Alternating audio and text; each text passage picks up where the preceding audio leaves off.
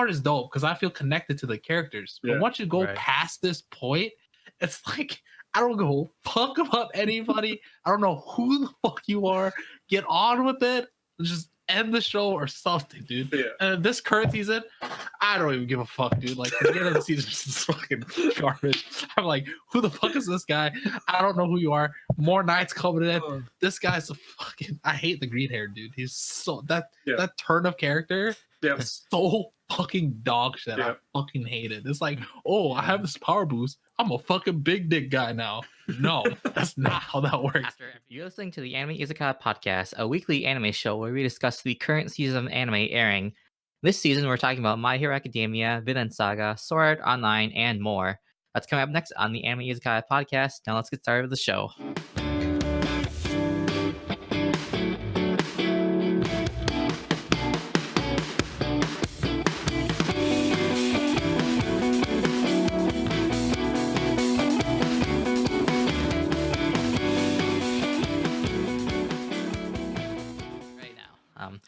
What's up, everyone, and welcome to the Anime Izakaya Podcast. This is the fall recap episodes and also week 1 of the winter 2020 season. I'm your host, David, and joining me today we have Stren. Hello. Next up, we have Brian. Yo! Next up, we have Taylor. Hello. Next up, we have Ku. Oh, hello, friends. And finally, we have Sasha. Marhaba, habibi. All right. So this episode, great introduction. Yes. So yes. So this episode, we're just gonna mainly go over a lot of the just our thoughts and reviews on like the fall 2019 season. We kind of already did the season finale episodes last week, and right now there's not that many shows that aired for winter 2020. We will go over Darwin's game because that did air earlier this week. That's like really the only winter season show that's really been out that we're gonna talk about. New. Yeah, that's new. Yeah. And then we still have My Hero Academia and Fate Grand Order that's continuing on to this winter season, so we'll still talk about them like in a week to week discussion format, and we'll save the recap for them for the end of the season. So we're just gonna start right away with My Hero Academia. Again, like just the regular episode format. So this is just continuing off what we had last week, right when Deku smashed through that wall. And then this is basically like Deku's like time to shine because basically like everyone else is just dying. That's what this episode was. Everyone's just dying. Yeah, and death is upon us. You know, it's funny how we always joke about how someone's gonna die. Just I wish would have never said that, man. It's depressing. I don't want them to die. Okay. They're all gonna die. I mean, Nana hasn't died yet. No, he just got severely impaled by several spikes. Lost his arm too. Yeah. Yeah, and right. so I'm pretty sure he's dead. Nah. He's got to get impaled in the eyes to die. I think that's the trick. That's the quirk, huh? I feel like this is what's gonna happen. They're gonna go to the hospital and I'm like, oh, you guys are lucky. If that spike would have impaled you 3 centimeters to the left, that would have hit a vital organ. But as it stands, it somehow missed all your vital organs. Just showing an excuse. Yeah. Yes. Although I don't know. I would say like it's pretty fucked up how like Chisaki just basically merged the convention guy into him and like grew like the 2 extra arms. That was really fucked up. Like I know like a lot of, like this like arc in general has been more dark, but that was just really fucked up. I don't know. I just thought I just thought it was stupid. Like it's just like he just merges himself with somebody else and just like makes himself like a new thing where he's just healed. That was just like, I know he can put things together and stuff, but his like explanation is like, I just took him apart and had him like merged into me. I just thought like, come on, you're reaching now. This is like some GBZ shit. Yeah, because honestly, they never really explained like the full limitations of his quirk, but I feel like this is kind of far fetched. Yeah. Mm-hmm. And like to be honest, like I thought he was pretty unique and original, but like you said, DBZ just throwing something out there, going all cell on people, absorbing people, taking new forms. I didn't really like it. Yeah. But the thing that kind of threw me off is I feel like they might cop out on a few things here because you know how I say that his visions are never wrong, like they always are going to occur. And with the title of this episode, it was kind of misleading too. I thought that he saw something that was promising for them, not something where he saw the death of him and Deku. What was the title? I forgot what it was, but something about Unforeseen hope. Yeah, unforeseen hope. So I was hoping that maybe something good was going to come. The girl, like, right? But then, like I said, he saw the death of himself and Deku. So unless there's a cop out or something, like I guess Deku's one for all can change fate. I guess. So I don't see how this is going to come out. Usually, like when you have like someone with like someone who sees in the future and they see death, like if they like whenever they get killed, they usually like that's when like it's cut off. And so I think what they say is like yeah, he's gotta die, and then like he thinks Deku's gonna die because that's like the last thing he sees in his vision. But then like it'll probably be the actual outcome will probably be different because. So you're saying that the Night Eye's gonna die then for sure? No, Night Eye's already dead. No, he's still talking. He's still talking. It's not confirmed, so like. Right. But I think but it's like the way visions work in these kind of shows. It's like whenever like the person with the vision gets cut off, like that's when they die, and then like they think like it's like it's gotta make you think that like the other person is gonna die too. But it just showed it just showed like Deku getting like like getting cut, but it didn't actually show him actually dying. So that's like one explanation they could do for that. So what if Night Eye survives this, and then what? I don't know that. Then it'd be weird. Like hey, nobody dies again. Just Lemillion loses his quirk. The real question is, does Night Eye lose his 6-pack? That's when he truly dies. Is it 6 or an 8? Do we know this? It's 8-pack. It's an 8-pack. Okay. It's an 8-pack. He does work out those weird signs. I guess little stamps. The chess pieces. Or are they stamps? I thought that they were just like they remind me of the shake weight. Wow, those things are so small. He just shakes those between his fingers in his office. He's like, "Yes, make me laugh, students." No. Yeah, I can see that. He does have some weird quirks. I don't know, guys. I was so hyped for this part of the show, and this episode just fell flat for me. Like I kind of like who was talking about, where you're excited to hear that potentially there might be a game-changing thing that's going to happen, where you feel the weight of a hero finally losing their life. Or because this villain has outsmarted them. But it feels, to both your points, kind of cheapened with this random disassembling of somebody else and putting them on top of you. Yeah. I don't know. This episode just fell so flat. Like, I really could care less if Night Eye lives or dies. Lemillion, he stole the show unexpectedly with his moment. And I feel since then, they're kind of just dragging this out now. It's like, either let this guy escape, kill him, or move on. But don't turn this into Deku randomly like uses 100% and helps them evade the situation. So again, I don't know. I am interested to see what that guy with the hair does, though, who can like slow you down. Yeah. I got it. Yeah. Chronostasis. I know. Taylor, you had similar thoughts as well. Yeah, I thought the episode overall was kind of a letdown. Like you guys said, I thought that it was just awkward, and I also felt that it cheapened the show. That we'd never heard of this being one of the options for Chisaki's quirk, and just felt like it came out of nowhere. Me and Stratton both looked at it and we were like, what just happened? And not in a good way. And then, I don't know. I was a little bit disappointed too with Deku when he comes in. I was very excited, and that fell completely flat too. It was his windup is 20%, and it just got evaded and shut down immediately. And then nothing else really happened with him other than him just saying for a very long time, I'm not going to let this happen, but nothing really happened. So it was just... Yeah, it was okay.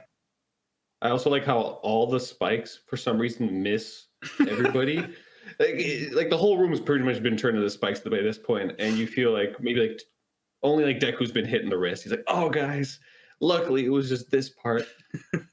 I don't know. Like I'm starting to get mixed feelings about this season because there's just no tension. I'm not feeling that on the edge of my seat. Like, oh yeah, I can't wait for the next episode. I'm like, let's just get this part done with. Yeah, like this was supposed to be the Deku episode, but then how Sasha and Taylor said, like nothing really happened, and then it seems like next episode, like it's just like Deku's almost taking a back seat again, because of the end of the episode when it shows like all the new people that are just joining in. Mm-hmm. Yeah, Deku really needs to take some notes from Kirishima. Honestly, I He's think the that's a really tailing good it this point. season. I think what they do though is because Kirishima is a side character, they limit the amount of time their story takes place. So basically, like it's within an episode and it's one and done. And I feel like with Deku, because he's the main character, they extend it through multiple episodes, and that's probably what's taken away some of that heightened sense of danger within the episode or any urgency. It's just like, what's going to happen next? Oh, Deku has to think about this, and Night Eye is going to say something really transformative, and then Deku contradicts that by using his powers that Night Eye never predicted, so his vision can be wrong. Oh, so it's like, dude, this. So yesterday I mentioned how Demon Slayer has just amazing pacing.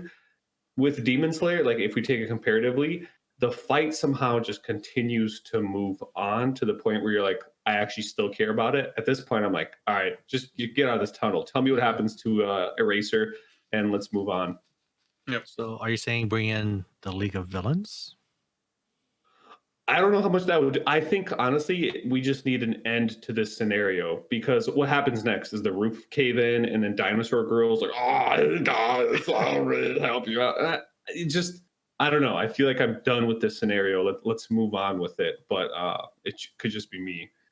No, it's not I'm just mostly you. being let down. No, Yeah, like I'm feeling the same. I'm just I'm so disappointed in Shisaki, like, because now like just for sure they're like whatever, like they're gonna beat him like eventually, and then like Oh yeah, David. yeah. So he's not gonna get away. Is that what you're saying? Dude, I'm so disappointed now. Like he was like this is. I think this is just a waste of the character and the arc they had for the potential. And now like I don't know, man. now I just yeah Now that just like Sasha, I just want to get done and over with and just move on. Now that he Well, fused with his underling, he feels even more like a cartoony villain to me.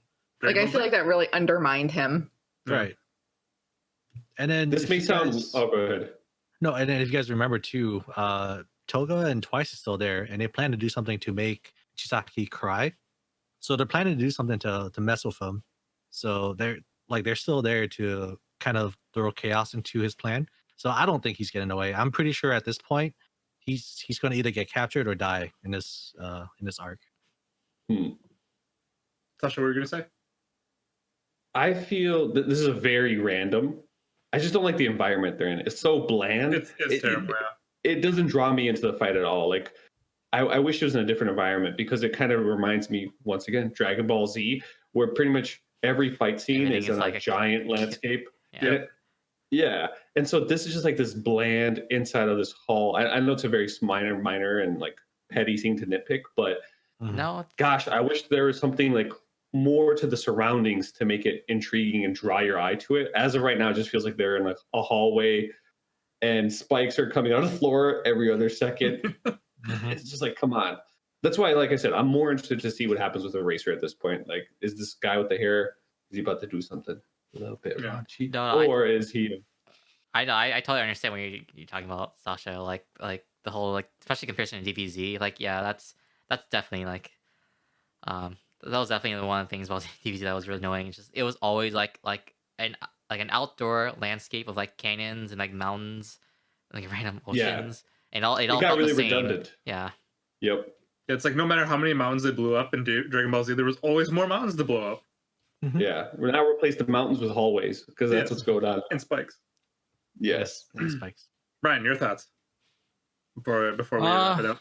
I pretty much just agree with everybody. Like this fight, like I was looking last episode and this episode, I was really looking forward to the fight. I'm super simple. If the fight is super well animated and super dope, emotions are high, I'm super into it.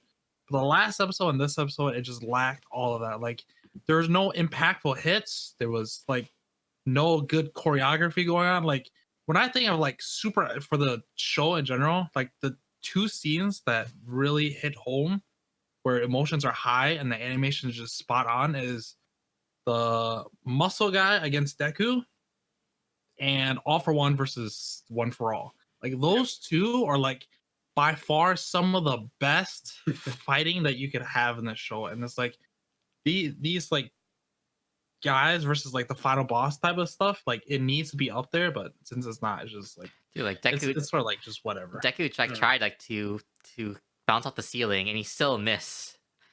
Yeah, So. I was so hyped when it basically 20%, like he just talking about how his like body's like creaking and everything. I was like, oh damn, shit's about to happen. And then he uses Manchester Smash and misses completely. And I was like, well, that was a fail. Yeah, His hips just explode. He's immobilized. Oh no. Yeah. So I'm really hoping it's not going to be one of those cop-out things where, again, Deku ends up just doing like 100% and then just kind of ends it like that. But you know they are, right? Judging from the title for the next episode, Infinite 100%. Yeah. I feel like something stupid's about to happen. Yeah. Didn't he like kind of do that like already? It was like I think so Detroit against Smash. like was it Detroit Smash? Wait, what? He did something about like 100 like Well, yeah, I think it was Muscle Guy versus Deku. yeah, where, like it wasn't like his legitimate life was on the line, and he was saving a little kid. The little kid was cheering him on, so he was like, you know what? It's time to go all out, or else everything's over. Like it was a real risk that he had to just push through the limit. So he was like, it's 1,000,000% right now. something like that. That's when yeah. I was on the edge of my seat for that episode. I was so into it. I was like, let's go. I was tearing up. I was cheering. I was like, it was one of the best episodes ever. It was like, if the next episode tries to do something like that, it's like, come on, dude. You got to do something else. I know for that, like I actually had to go to, I think it was Reddit. It was more like kind of just like a mental thing. It wasn't actually like 1,000,000%. It was more of just like Deku to, it was basically just because like just Deku kind of just psyching himself up, basically. That's what it was. I mean, it was still epic. It was still really epic.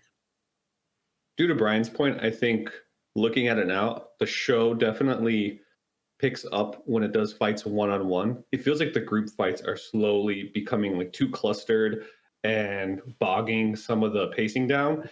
Mm-hmm. Like the two fights he mentioned were by far the best fights in the show, and they're both in season 3. Yeah. So I don't know. That's a thought that's forming in my mind. And like the tournament fights too. They're really good, and they're like one-on-one. Yeah. So yeah, I agree. We shall. Yeah. Like, you know what this season needs now to save it? Needs that seal guy, man. So he needs to come out of the ground. I don't know how strong he is without water, though. Dude, strong without water, but talking by the scenery, there's going to be no water. Hey, man, they're very underground. That's what's going on. But to back up your point, Tsu and Uraraka were showing up too. So. Oh yes, that's a good point. The only thing I had a connection with that was Sue. I have no idea if that's going to do anything else. It's all good. That's a fair connection. So, guys, what do we think about Eraser? What's going to happen to him? He's about to get effed. I don't know. I feel like he's done for a little while because he's like subdued. Yeah, like he can't do anything. This dude's apparently slow as a snail. It's like, bro, what are you gonna do? You can't really do anything. He has to wait for someone else to like help him out. Mm-hmm. But then with the whole introduction of the Dragon Lady, Froppy, and Uraraka, I'm sure he'll be fine, honestly. I feel like at this point, they're just going to throw on the plot armor, save everyone, and everything's going to be A-okay somehow. I really hope they don't do that. Like, the Lemillion just lost his powers. Yeah. Like, come on, dude. Like, that was a big hit. That's like a pretty big hit. Like, this guy is still trying to push through. That's why Lemillion is like probably just fan favorite at this point. Yeah. Literally, definitely he 95%. Definitely he was the best part of this episode. Still. Yeah, and he was only there for like 5 15 seconds. Not even. Yeah. David's like, his eyes still bother me. Yeah. But are you guys excited for the next episode? Or how this episode ended? No, I'm like Sasha. Like I want it over with now. I always want to move on to the next arc. I'm disappointed with Chisaki. Oh. At this point, it's just like the big fights that were supposed to happen. They're supposed to be super good. They're not delivering like how they should be. Because I was thinking like, okay, like if Lemillion versus Chisaki wasn't gonna be like nicely animated, okay, maybe Deku versus Chisaki would be. And that was supposed to be this episode, so maybe there's another one. But because I thought we had like another season to go after, but I think Chisaki's arc is done after this. So yeah, Taylor, excited? Neutral. Also ready for the arc to move on. But ready for what to move on? For it to move on to the next arc. Oh right. Yeah. Well, I mean, maybe Deku's episode will be next week too. Who knows? Or they're just going to drag it on even longer. I mean, if you're going 100% infinitely, I think this is the part where it ends. Yeah. All right. It So has to. so is everybody in agreement that Chisaki's not going to make it out? Nope. The guy's done. No. I don't think What did you Chisaki's say, done. David? I didn't hear you. No. Okay, just checking. You bitch. I'm going to go against the crowd here. I don't think he's necessarily done. I just Really? like I said, it doesn't make sense for his character to go out here. Like, what's the point of introducing this guy and having it all end this soon? Then again, for a guy who seems so cool, calm, composed, he lost his cool very quickly. Oh yeah, he's losing it. But I still don't think it's quite over with him. So yeah. Yeah, I still agree with Sasha too. Really, even That's after right. he cheated and fused with Yeah, that's the only thing that's kind of throwing me off. But I agree with Sasha. I just don't think it makes sense pacing. I mean, this season hasn't been great for pacing in general, but just in terms of plot structures and pacing, I don't think it would really be the best option. What And I think his is arc as a character too. But I'm just thinking like his arc as a character. Yeah. I don't think it makes sense. Like one fight and then he's undone and that's it. Like I could see so many more interesting capabilities. Like for example, his team gets wiped out, but he's forced to go back to the League of Shadows and follow someone else's directions and orders, and then they have to work together again, and they have a second fight with the heroes or something of that nature, right? Where it shows some type of progress and change within his character. As it stands right now, they built him up. They've had one major fight, and that's it. Like it, I don't know. I the disappointment episode is overwhelming me. Yeah. I definitely do think though that I think Chisaki's going to be done, but I think his end is going to somehow come with the League of Villains. Because whether it's like, let's say if he maybe sneaks away, but then runs into League of Villains thinking like he's, for help, but then he gets no help. Also, Toga's ability is something with blood, so I could easily see them ending him and taking his blood, and then because he does have a unique quirk that's really different from a lot of other people, and then because who knows like what other League of Villains will show up later on, so I think they could easily save his blood, or Toga could easily just save his blood and use it. I guess. I don't. Does she get the quirk if she ingests the blood? No, I don't think That so. time, or is it just? I think it's just appearances. It's just transformation. Okay. Yeah, but that's what I think. I think he's gonna somehow get done by let's say Deku or somebody's gonna knock him out, but then he's gonna somehow get away or go to some different place, and then he's gonna run into the League of Villains, and then I think that's where it ends. But I don't think he's gonna make it out alive, or at least I don't think he's gonna get away. Let's leave it at that. So, all right. Was there anything else that anyone want to add? I think it's good. We'll see what happens next week. So I just want to ask a question just for everybody in general. Like, what do you guys think could redeem this arc this far in, if there are any redeeming qualities that you could try to do to make it better? If Chisaki does get away and he does rebuild a new team, or get to still go after him. So I don't know. I've always hated the thing where it's just somebody gets away and then rebuilds another team and then you have to beat them again. I hate that. I had high expectations for Chisaki, so I just want him to redeem himself as a villain. But besides Chisaki, I don't know what the show can do to redeem it, because we have really nowhere to go besides just League of Villains. They don't have any. Yeah, they basically just went all in Chisaki right now, and there's nothing to really kind of look forward to after him right now. So that's my thought. I think there's an angle. I have no idea if they would go this route, but I think it would make sense if they capture Eraser, Night Eye dies, and then Lemillion does not get his quirk back by any means. Rip. And the heroes get to keep Eri. They escape. They're scathed. They have lost some things, some people along the way. The villains, however, I want to say basically Chisaki's crew is decimated. It's like him and Hair Guy, and they're forced to go back to the League of Shadows. League of Shadows have 4 bullets left to use. And so they come up with a game plan to attack the 4 most prominent heroes and get rid of their quirks.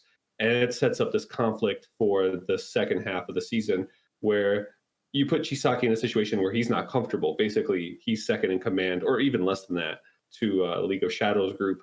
But he has to work with them to achieve his ultimate goal, of becoming right like ruler of the universe. And that way it sets up the tension because you put Chisaki in a different role. Eraser's life is on the line because they're holding him hostage, and then the heroes are at risk because there's 4 bullets left. 4 quirks could potentially be going away, and I think that would set up the show really well for a grand exit for this season. Will it go that route?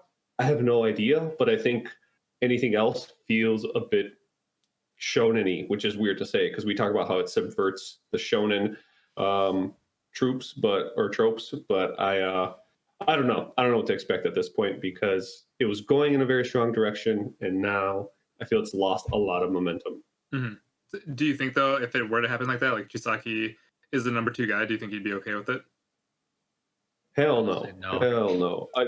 I think he looks at himself as such a like a maniacal, methodical person who can outwit or get out of any situation based on his powers. And so when he's subjugated to becoming less than the best, he probably hates it so much. It's just like he probably hates it more than getting dirty because obviously yeah, go ahead. you look at his skin and his reaction. So that's why I would find it interesting. It's when you put characters in places where they would react really poorly. Yeah, exactly. Where they're not comfortable. That's when you get a true entertaining like conflict within the show. And that's why I'm saying I don't think his purpose in the show has been served if it's just him dying in a tunnel while he's in Venom form. That's fair. Cool. But again, no, I don't think there's anything that's going to happen. Like I said, he's a new villain. He was just brought on this season. I really think he hasn't putting too much emphasis on the guy. I really don't think anything else is going to go on with him. I do agree though with Eraser being captured currently. I think he might be like the bait for the next arc where he's transported to the League of Villains. He's used his bait, and now the heroes have to rescue him. And with the whole 4 bullets being left over, All Might is still set to die in Night Eye's vision. So I'm guessing that maybe All Might is trying to go rescue him, and he gets shot with a bullet, and he gets killed in the process because that power is what was keeping him together. But yeah, I don't think Chisaki's going anywhere from this point. I mean, I still think this is the longest amount of time they focused on a villain. I mean, Stain was at what, max maybe 6 episodes, and I was pushing it. That was not. No, it was less than that. Yeah, it's like this 3 or 4. Besides, yeah. So this is by far what's the his name, Omura? Oh yeah, but he just kind of shows here and there, but he's not the main villain yet. Right. They're definitely setting that up to be he'll be the final boss. Yeah, but the problem is you don't know what's going to go on anymore. Like I said, in the very beginning, the pacing was it looks like it was going somewhere. Like there was actually a concrete foundation that they had set. But with the whole last half of this episode, I felt like it just went out the window. Yep. No. Taylor, Brian, your guys' thoughts? Go ahead. I don't really have anything more to add that you guys didn't already cover. But what do you think is going to happen to Chisaki? I really don't know. Okay. Yeah, I'm in pretty much the same boat. I don't really know. I don't really care. I'd rather just see what's up next. I suppose the original question was do you think anything can redeem this arc? I don't know if honestly, I don't think so. I think they've reached past that peaking point. You think so? At this point, they either ride it out on the plane and just end this arc, or it just drops even further. There's really the only 2 directions. I have very little faith they'll go back up on the hill. Taylor, same?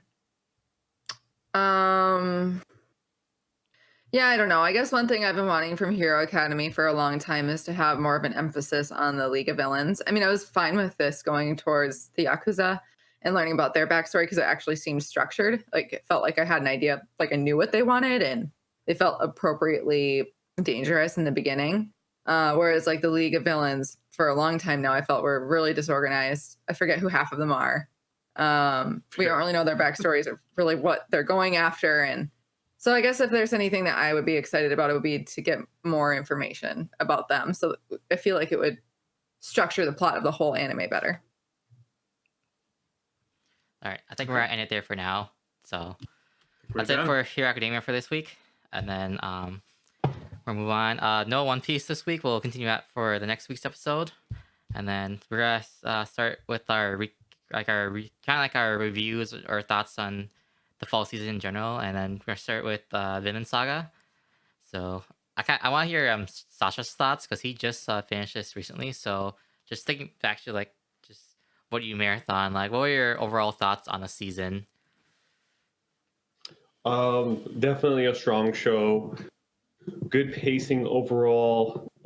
If I had to pick out things that were highlights, I'm not a fan of him, but Aslan's character arc I thought was amazing because it shows what he had to go through and how he changed throughout this time, and basically the sacrifice that he had all the way up until the last point, because his role has kind of been as that sacrificial lamb in a sense, because he's had to bite his tongue living amongst the Danes for so long. And then in the end, he's given this ultimatum of, hey, it's either Wales, your homeland, or it's this prince that you're raising to be the king.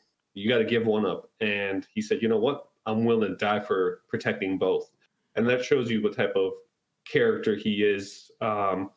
Thorfinn's character is someone that I was annoyed with. I understand it, and it makes perfect sense why he was the angsty teenage boy throughout most of the show. I just wish it would have gone somewhere, but I also think it's a good life lesson because you don't always get what you want in life, and actually, majority of the time, you don't get what you want in life, and that's what happened with him. He wasn't willing to adapt and learn from Aslan. So I think there were a lot of great lessons. The character development was great. The only character that I really did not care for or their development was Canute. Is that how you pronounce it, Canute, right? Yeah. Yeah, I just thought his turnaround was unrealistic. It was way too quick, and it didn't make any logical sense for me to have someone who's a shut-in, who's so reserved, who basically acted like a buffoon, become this ultra intelligent, confident Kira-esque leader within the gap, like the 2 hours of his mentor dying. So I had some quips with the show, but overall, I thought it was really, really well done. And I was surprised by it, honestly, because I was like, how good can this be? I think the one tiny knock, and it's not a really fair criticism, is this show is really well done, but I almost feel like that Game of Thrones, Vikings, all these other shows, this type of story lends itself better to live action. And again, this is like a really harsh criticism to nitpick, but I almost feel like these stories are made for live action. But I think the anime did as best as it could to give us that same type of vibe and feel without being, as we mentioned, without using too many of the anime tropes and making it feel less serious. So, but overall, thumbs up for the show. So, you think that like the drama part of it like should have been more live? Do you think like the anime should lean on more like the action, or? No, I think if anything, the action was a bit cartoony and goofy, right? Okay. Like him throwing a spear and by him Thorkill and getting like fork. I get it. That part draws in a lot of the casuals. For example, like I'm sure Brian loves that shit because hell yeah, this boy Thorkill just destroyed like 4 people. Like that's what he gets off on, and they show that throughout the show. Hey man, not like that. That's just messed up. I'm sorry, kids, if you're listening to the show. We're still on PBS. But I also thought sometimes the animation would get a little goofy. Like there was a scene where basically, what's his face? Aslan is torturing someone, like he's cutting off their fingers, and then they hear the news that Thorkill is coming, and he makes this weird face, and it looks like a 2-year-old drew it. So I was just like, wait, what's going on here? And it's hard to stretch that over 24 episodes to budget that. But these are really minor nitpicks, guys. I'm telling you, the show overall was pretty phenomenal. All right. So I'm just gonna jump in and say like, yeah, a lot of people agree that like we all had a criticism of like of Thornfinn at least. Mm-hmm. Yeah, like we all like did not like his characters basically during this season, even though like because the last episode, like the title of the last episode was called End of Prologue, and so I'm more curious about like what's gonna happen in Thornfinn, like if he's finally like after all this shit that's happened and Assad finally dying, like is he finally gonna like learn his lesson and change as a person, like moving on. And yeah, I kind of agree with you with Canute, like, because the thing is, like, what happened was, like, it's basically like he saw like Ragnar in a dream, and I think it's like basically after that dream is when he just snapped and just like turned around, and Exactly. so like I didn't think about it back when I watched it just because like it fit the story, but then just hearing again, like, yeah, it does make sense that like it's a really weird like turnaround for that type of character. I don't know. I don't know for the character Canute. I mean, it's kind of, for the most part, it's unrealistic. Like, I agree, like, it's really unrealistic for this guy. It's just 180, just completely, just in terms of just his own personality. But it's like when this guy, because he gave up on the thought of God, or like a higher being or whatever, saving him or giving him like some grace or whatever it was, to just be like, I'm gonna take it all in my own hands rather than waiting for someone else to do it for me. So I feel like that was the more of the driving force of him like doing the big character shift. Yeah, but I still see Sasha's point that like like he like he's really he gained a lot of intelligence just like being a leader and knowing just like how to like act around like act around like Aslad and Thorkill and his dad. It's like those things like he intentionally shut himself out of, and then yeah, and he did like just somehow like be able to like just be able to lead them all. It's just yeah, like Yeah. that Yeah, part, I think- that, yeah. I guess that makes sense. Yeah. An easy Yeah. way, I think. Oh, go ahead. Sorry. Oh no, I was just gonna say that normally those types of developments would drive me crazy as well. Like they would just stick out like a sore thumb. I think that for this one, I so desperately wanted to see improvement with his character because he was probably my second least favorite character of the show up until that point, and I really just didn't feel like he fit in any way. And so even though it was kind of a thinly veiled reason for him doing that switch, I was fine with it. I kind of just suspended my disbelief. That's kind of what happened to me too. Yeah. I was okay with it. It was so much better, so I let it roll because I feel like the rest of the show in general is fairly realistic for a Vikings anime. I feel like it's fair. All the developments happen slowly and over time, and so I was okay with this one stretch. I mean, and then for me too, for Aslad, like, yeah, I mean, like, yes, he's still gonna be like the best character of the show, but like, yeah, there's still it's just a lot of things he does, like where his whole thing is about like trying like where he says like he's trying to like save like his people in his country, but he still does like bad things as a Vikings like that he hates so much, but he still did them as a Viking. So like I can't. It's hard to like to like separate that from like his end goals. Yeah, it's a little hypocritical on his part. Yeah, he's a dirty guy, which is why I'm not a big fan of him. I'm not saying he's not entertaining. I would definitely watch more of his character. But when it comes to siding with characters, I'm also bitter about the fact that my man Thor's had to die to him. So that was just bad. When that happened, like one thing I love about a show is unpredictability. Like when you don't know what's going to happen, that's what keeps you drawn into the show, and that's what I loved about it. Because when he went out, I was like, oh, what's going to happen next? And then we got 20 episodes of Linkin Park Thorfinn. Yeah, I'm so mad. Which, like I said, is understandable, but you just really wished he would have done something, especially as the son of Thor's. But it took Thor's having a child to realize, not being a warrior is not about murdering people. So who knows? Maybe this guy goes off and does something. Very random segue. One of the last scenes they show is a guy with red hair sailing. Is that potentially someone new, or is that person related to that red hair lady that escaped the village? I think what they did, I think they're foreshadowing the second season. I think those are gonna be the new characters that are gonna be part of the second the next season. Got it. I'm predicting that because after I don't know how much of this war that's in England they're still gotta do, but I think for Thorfinn, I think he's gonna leave England. I think he's gonna finally because the show's called Vinland Saga, and so I think he's gonna finally sail with Leaf and go to to Greenland or Vinland.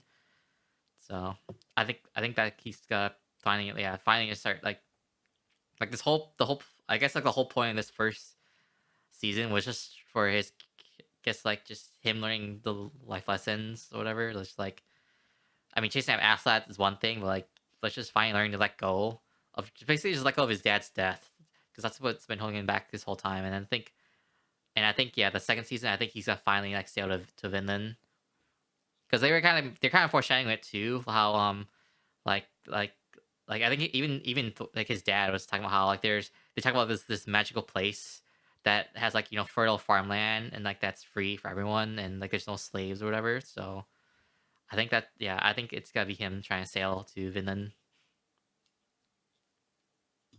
Hopefully it's with Leaf, man. That's my boy. I mean, most underrated guy in the show. Yeah, in the actual history, like in like the actual Vinland sagas, like it says around this time he should be with Leaf, like sailing off to Greenland and Vinland. So I guess like for the historical accuracy of that part, I guess like I don't think Thorfinn's even supposed to be in England, but they just put it on there for the show. That's fair. As long as next season they include a scene where he goes, "Hey, leave me alone," then I will forgive the show. They won't say that. Yeah, I wouldn't hold my breath. Well, I'm holding. Okay, I'm holding. By the way, soundtrack was amazing. I really like the second ending song. I thought that sounded like yes, I looked first at YouTube. opening and second ending. Yes. So that was really cool. The animation at certain points was great. The CGI was okay. It fit in. It didn't really take away from the show. So yeah, it was just well done. I thought the last episode was really well done with the amount of things that happened there. The show's just it's well run and I definitely appreciated it. Yeah, the last episode was really crazy intense. I just want to say I really enjoy the I like the backgrounds, like the background environments, like we're in the forest. I thought that was really well done. It really helps. It set the environment like you're in either Iceland or England. So I really enjoyed seeing that. Yeah, the atmosphere was really well done. I completely agree. It really whenever I would watch this show, I felt disassociated from reality for a little bit. It felt like I was there. Yep. Concurred. Yeah, and so I just want to say too that there wasn't anything official for about the second season, but I think everyone's saying it's gonna be a second season because the animation studio just they posted something saying oh, we hope to see you guys soon, and here's they said something like we hope to make us another something about another or we'll see you soon and we'll hopefully make this again, and they also they kind of I think they posted a picture of a Thornfinn from the second arc. So and one of the rumors is that it won't come out 2020, but maybe 2021 is when they'll be able to release it. So we'll see.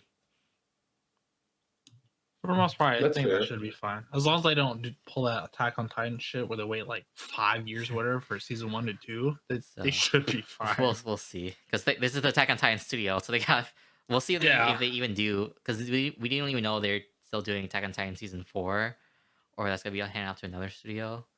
No, I hope they keep it because they so far so good. So right? yeah, we shall see. If it ain't broke, don't fix it. I'm waiting for my boy Thorkill, man. That's who we all want to see some more of. Yeah, boy. Yeah. Definitely, yeah. Does anyone else have anything else they want to say for Vinland Saga? No, not for me. On a scale of 1 to 10, what'd you guys rate it? I gave it a 10. I'd probably give it 10 or something. Yeah, 9 or 10. So I think I give it an 8 or a 9. I didn't really love the first half. It took me a while to get into it.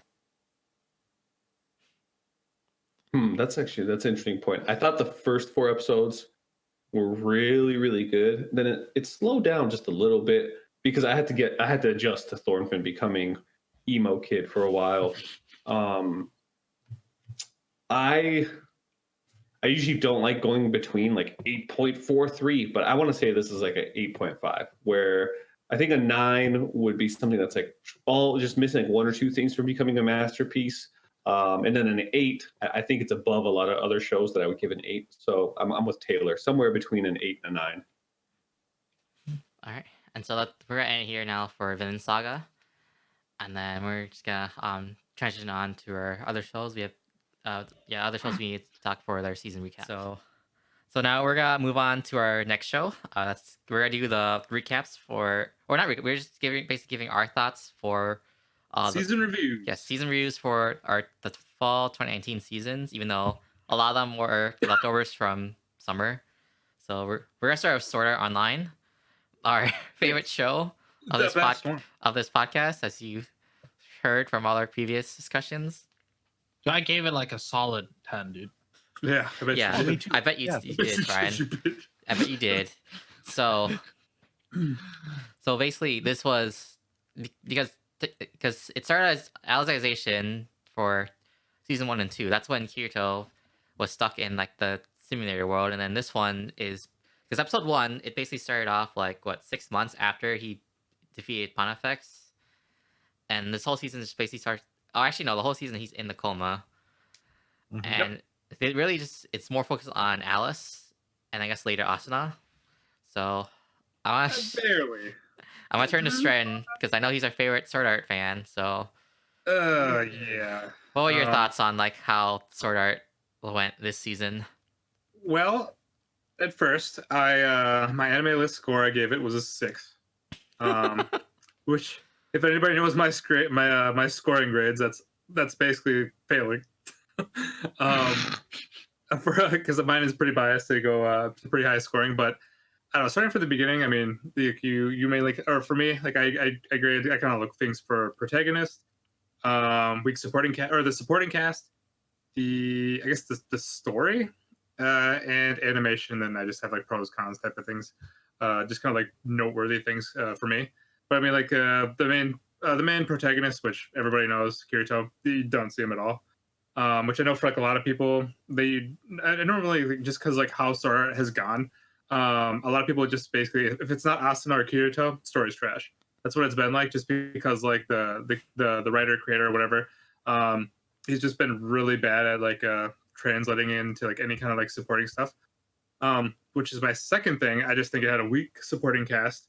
Because I know this season they focused on a bunch more of like the was it the Integrity Knights? Yeah, the Integrity Knights, and then they would just like show like they didn't really go on to too much of backstory of these guys, and then there's also like other people that would just kind of just jump in and just like hype up the moment until you realize you have no idea who this person is, and then they give you like maybe a 5-10 second flashback, and you're like, wait, I had to go back and look through some things like online. I was like, do we know this person? And then, of course, you go to Reddit and and then your people say, like, oh, man, it's so awesome just seeing somebody you don't know and just jump in there and do stuff. I'm like, no, not really. I just want to say, like, this... So, basically, like, the whole season was preparation for the battle against Dark Territory, because basically, I think it's like episode 2 or 3 is when the gate falls.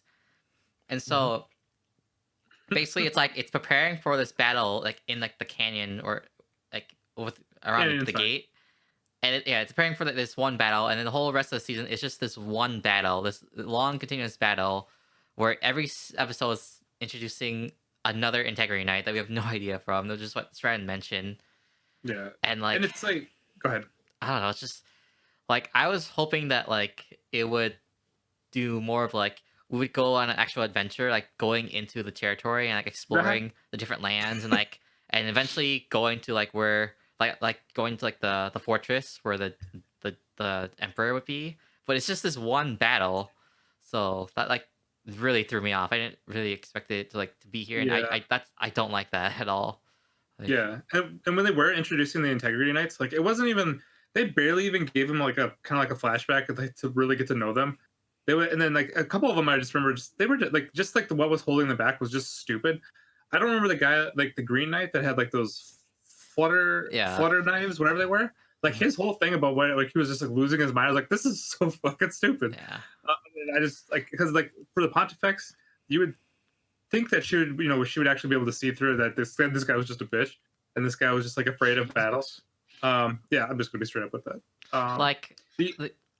They should have like introduced the Integrity Knights like last. I don't know. I guess I say they should have done last season, but then again, like they kind of did like rush the second half of the last season with a tower, just trying to like kill Pontifex. So yeah, it makes they you wonder. Could have at least shown them or referenced them, I guess, a little bit more. It makes you wonder if it was like if maybe the light novel actually had more, or again it's just the author. He was just rushing, like he just rushed through the tower, and then now he's like rushing through like this one battle, like. Yeah, well, I don't know. It's like that's another tough thing. Just because like I mean, none of us read the light novel, and then when you go to Reddit and you see people who read the light novel, they say like this is actually doing like the light novel, like the anime is doing the light novel justice. Which I kept thinking like if that's the case, like there's no way in hell this show gets better, or the light novel gets better from the first couple. But I mean, I thought like really the only in a way like saving grace for the show was animation. I mean, the animation like still was just like top notch every episode. Man, it's like just a waste. Really nice. It's a waste that really nice animation has to be used on this show.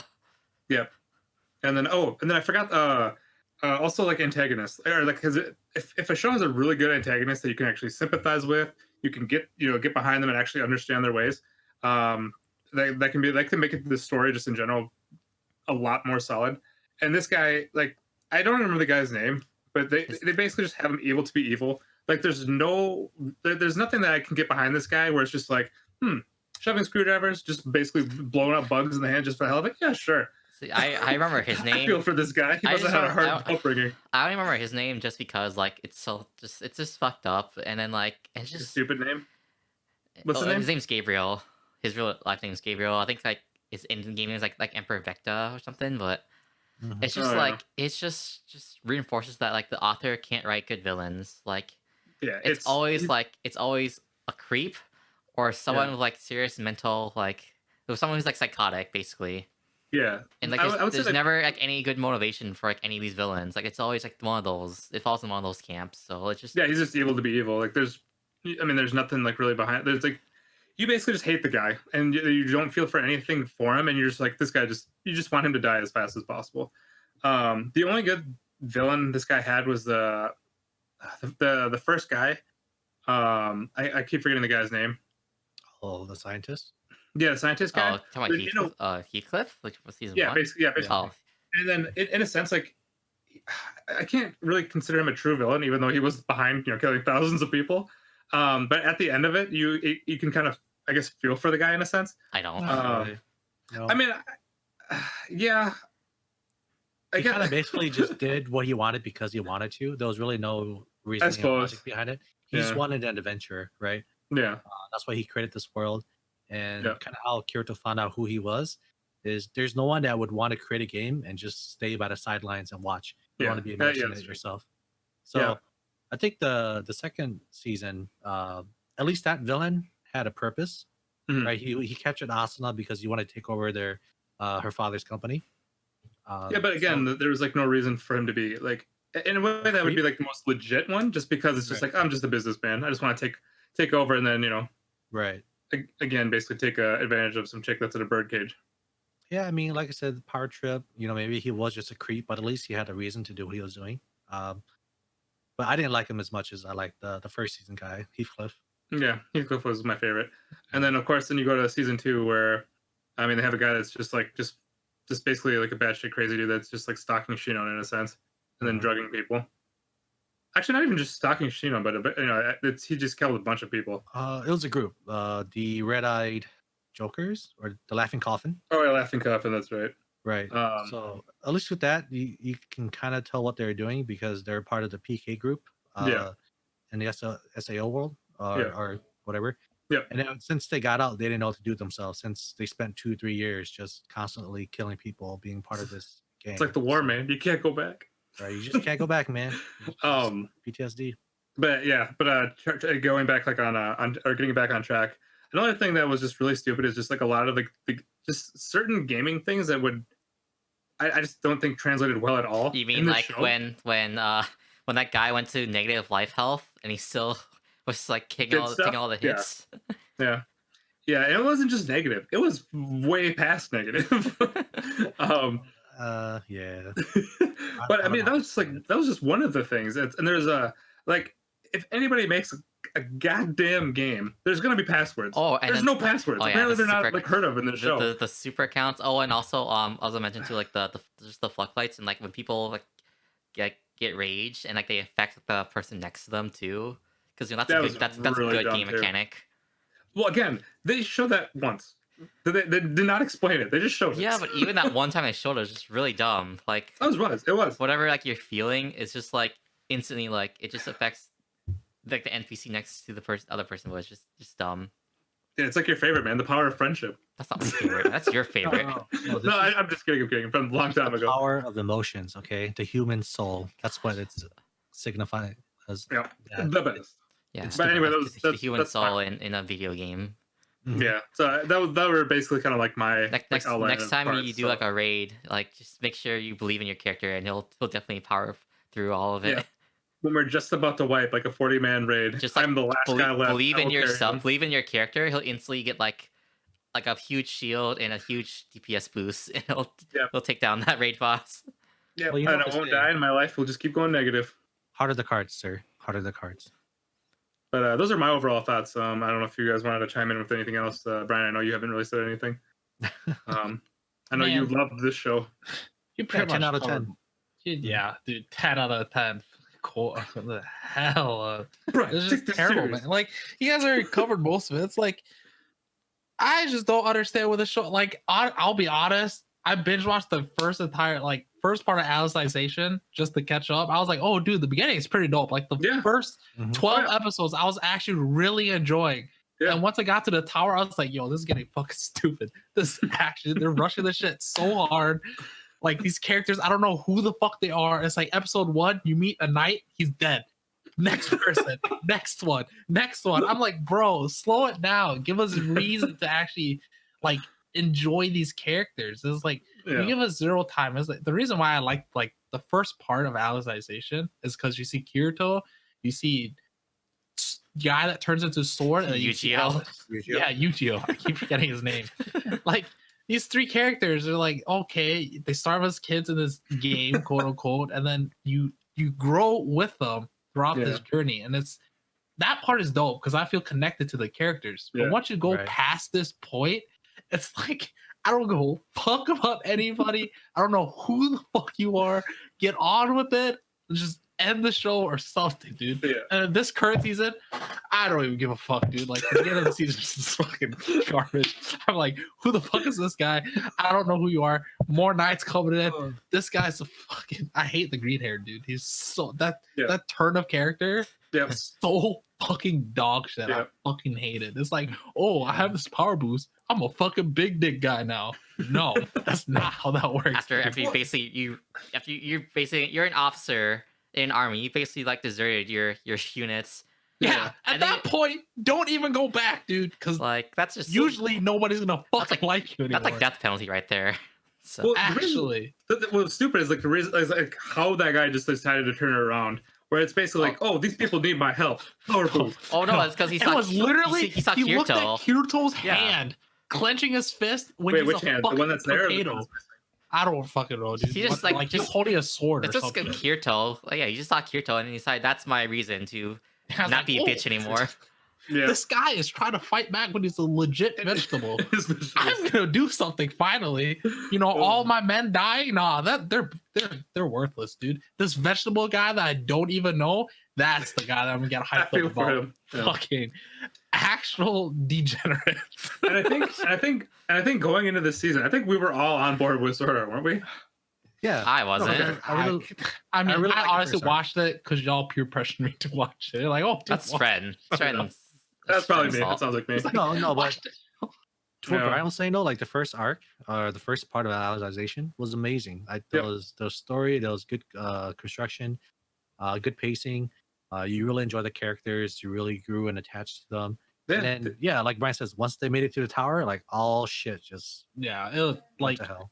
If you make these characters, I understand characters like the main point of view, like throughout this entire Sword Art series. But if you're gonna like put in more characters, you have to make us like want to know more about this character or feel like some sort of connections with it. If you don't do that, you just throw them in and then kill them and then throw it, and then it does absolutely nothing. Fucking hate that shit, dude. Right when I typed it, you said it. But yeah, like it actually had a supporting cast with Yu-Gi-Oh, and then just killed them off. So, Yeah, that's He didn't really kill him off. He made him a giant sword first, and then he killed him off. my bad. So that was part the was trippy. dumbest fucking part ever. I'm like, this dude's dead. JK, he's a giant sword now. Okay. Like Pontifex's thing was just really stupid, where it's just like, oh, my plan was just to make people into like some sword monsters. I was like, sure, go get it. You got this. Yeah. So, Like, yeah, that's pretty much my review of this thing. I Yeah. gave it like overall, I don't know, 7 just because I'm a degenerate. But a couple of my favorite characters, I mean, besides Shinon, like for the supporting cast, like it's been I also like Yuki, killed her off, and then I actually like Yujiro quite a bit, just like from his character growth, and they killed him off too. So I'm just at this point, I'm just like, fuck this show. It's your false friend. They're killing off everyone you like. Yeah, I just have to not have any thoughts anymore. dude, honestly, at this point, my favorite characters are the fucking dragons, dude. This is literally the only characters I like. The dragons are pretty sick. Just but, legit the dragons, because they do badass shit, and I actually feel for them. It's like, all right, cool. But they can only fly for half a day, man. That's half a day is like 12 hours, bro. That's a long time. Imagine trying to drive 12 hours straight, man. That's pretty rough. Yeah, but they have Grandmaster accounts. Sure. Or whatever they're called. I'm just gonna stop there. Sure. You guys already I'm done. covered that. Yeah. I'm done. Yeah. Alright, We so got one season break until spring, and then we get that's enough for Show. Sword Art. Well, we get to come back here in 3 more months, so I know everyone's excited for that. Yeah. I can't wait. All right, yeah. So that's it for Sword Art for now. We're gonna move on to Dr. Stone, finding something more, finding something more happy, more enjoyable, and so we can start this one off. So Dr. Stone, like basically, because this started from the summer too. So when we started the podcast, we were like jumping right in the middle, and so we're kind of have to like, backtrack to like actually like when it actually started and stuff to how it finished. Try and do our best. Yeah. Right. So- So I guess I can take this one. Okay. So with Dr. Stone, you start off with Taiju and Yuzuha, right? Yeah. So basically, Taiju is talking to Senku, who Senku is a MC. He's also the scientist slash genius character of the whole series, and he's trying to have him up to talk to Yuzuha to confess his love.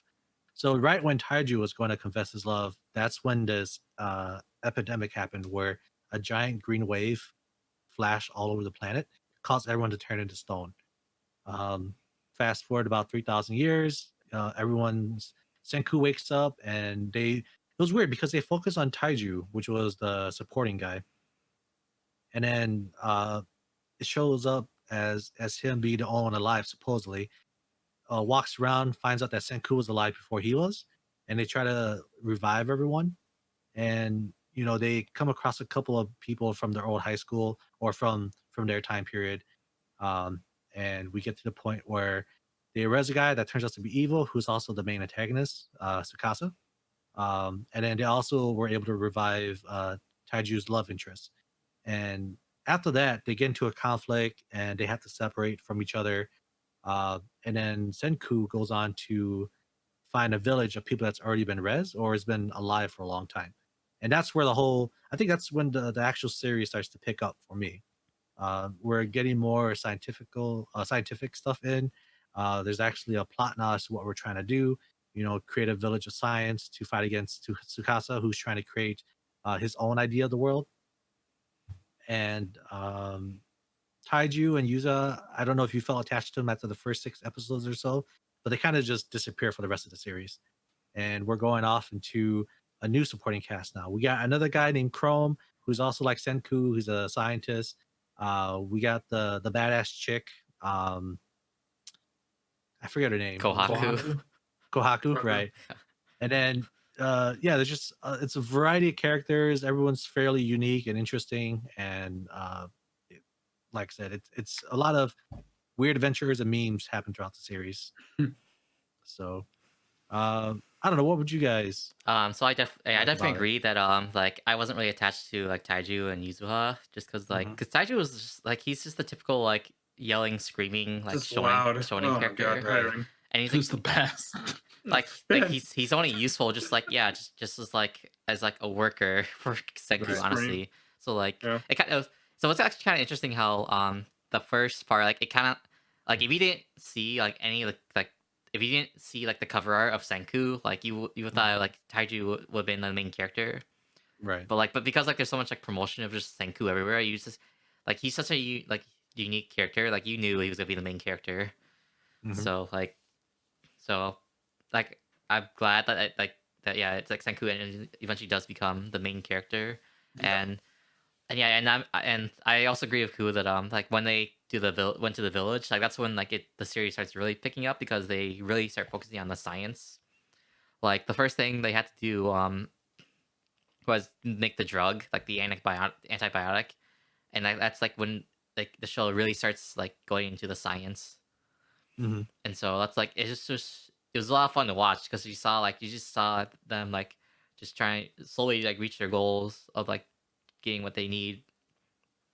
And so that's always been really enjoyable for me. And then like and also just name much to how like even though this is like the main appeal is the science, there's a lot of emotional like moments that happen during the show that you were just not expecting. Like everything that happened with his dad, like all of that was like super emotional. And so yeah, and then without really ruining everything, every hurdle that they had to come across, there was always some kind of humor or reference to it that made it fairly enjoyable to laugh at. Like I know Stratton might not like it, but when I was able to pick up that, oh, they're using the same theme from the pineapple pen. Pineapple, that was. I didn't even know about that until you mentioned it, Ku. Because I never actually heard the original thing. I knew the name, and then like when you mentioned it, I had to look it up and okay, this is what everyone's talking. This is what everyone's talking about. Like the fact that this guy is constantly putting like memes and like social references into the anime, it will just puts a smile on my face because you can relate to it. It's hilarious, and I think it's great. I mean, like sometimes it's hit and miss when like manga authors do that. So this guy, he does it well. So that's a good thing. So yeah. So without giving away too much though, I'd say it was fairly enjoyable. I think everything was kind of unique but simple enough for you to kind of catch on, even if you didn't really get the scientific process behind it. I mean, so I just want to say too, like a lot of it is exaggerated still though. Like it's still a lot of hard work doing things doing it. Also, I just want to mention too that like when they try to do like the fighting part, that's like where the show falls apart. It becomes more shonen.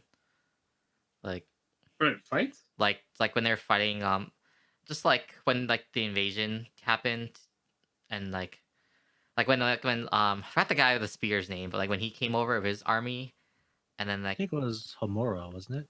Homura, is that his name? I think that's a girl. That was the fire. Yeah, because Homura usually means something with fire. Yeah. Okay. Okay. It's like I didn't really enjoy like the tournament arc that much, and then like the invasion happened. Like usually like the standard fight, like whenever the show focuses on fighting, like I think it just falls in the shonen traps, and I just want more of the science. Okay, so I have to disagree with like the fighting thing because it wasn't. I don't really consider that, or I don't technically consider that like a fighting arc or a fighting part because it was basically just a bluff. What like they were like it was never like a goal to actually fight them. It was more of just a bluff. I mean, that's how I saw it. There was a few fight scenes, but they weren't really the main focus, or they didn't drag it on long enough. Yeah, which I was actually okay with. Yeah. Because it was always a nice change of pace, I thought, right? Yeah. It's a minor inconvenience for me, but I just gotta mention it. Like that's where that's like the main criticism I have, but like yeah. Like I mean, I'm into shonen trash as well, and I thought like when we got to this show, I thought like I didn't really think I'd ever like a show that was shonen that didn't really focus on fighting. And this one just kind of kept me into it from the beginning. The beginning was kind of rough for me just because like I didn't care about the two Taiju and Yuzuriha. Yeah, I didn't care about either one of those. And then like Senku definitely carried the show for me early on, until they got to the village, and then that's when I started liking everybody, and I thought it was the best when they just kind of cut out the other two characters. I was like, perfect. and it really got me to like the show even more. Like, dude, I just like I like the village so much more than than like any of like the people from the modern time besides like Senku. Yep. Like all the villagers, like I enjoy them way more. I felt like it added some actual plot to it, right? Like it was this constructed plot. They were actually going somewhere. But before it was kind of just up in the air as what you're supposed to be doing and how the story could have gone. Yeah. So that was a nice change. My least favorite part of the show had to be, oh god, there's parts where they had some English singing, and it was just, I people who know me, I can't stand like singing in anime or just like singing or dancing. Dude, there's so much of that in anime though. Leave that out. Yeah, I don't like any of that. But I don't know if it was just like maybe the song because it was in English that bothered me even more, and it just sounded so bad. I'm thinking, oh god, please, especially the part where they're just like, oh, like maybe this will like help them like like actually want to fight. I was like, nah, that'd make me want to jump off the bridge. Jesus. it would have been GG right there for me. I was like, nah. So that's probably what made everybody extinct. Jesus. That's I don't know about that. Far. All right. I tell you, my hate, the hate that I have for that stuff is great. So it's too intense. I might have a problem. You have to understand, it's been 2,000-3,000 years since these people have heard anything close to music. Yeah, the first thing they hear is some nails on a chalkboard. Ugh, I feel bad for them. Wow. Listen, the singing was not that Wasn't bad. that bad. All right. It was actually pretty well done. All right, man. Whatever you say. You're just a hater. Hell yeah, I'm a hater. Uncultured swine is what we call That could be it. it. He always is. Yeah, that's just Stridon. That's so mean. Says the guy who made fun of the singing. Okay. I should Yeah, I mean, mention. otherwise, Oh, go ahead, Goo.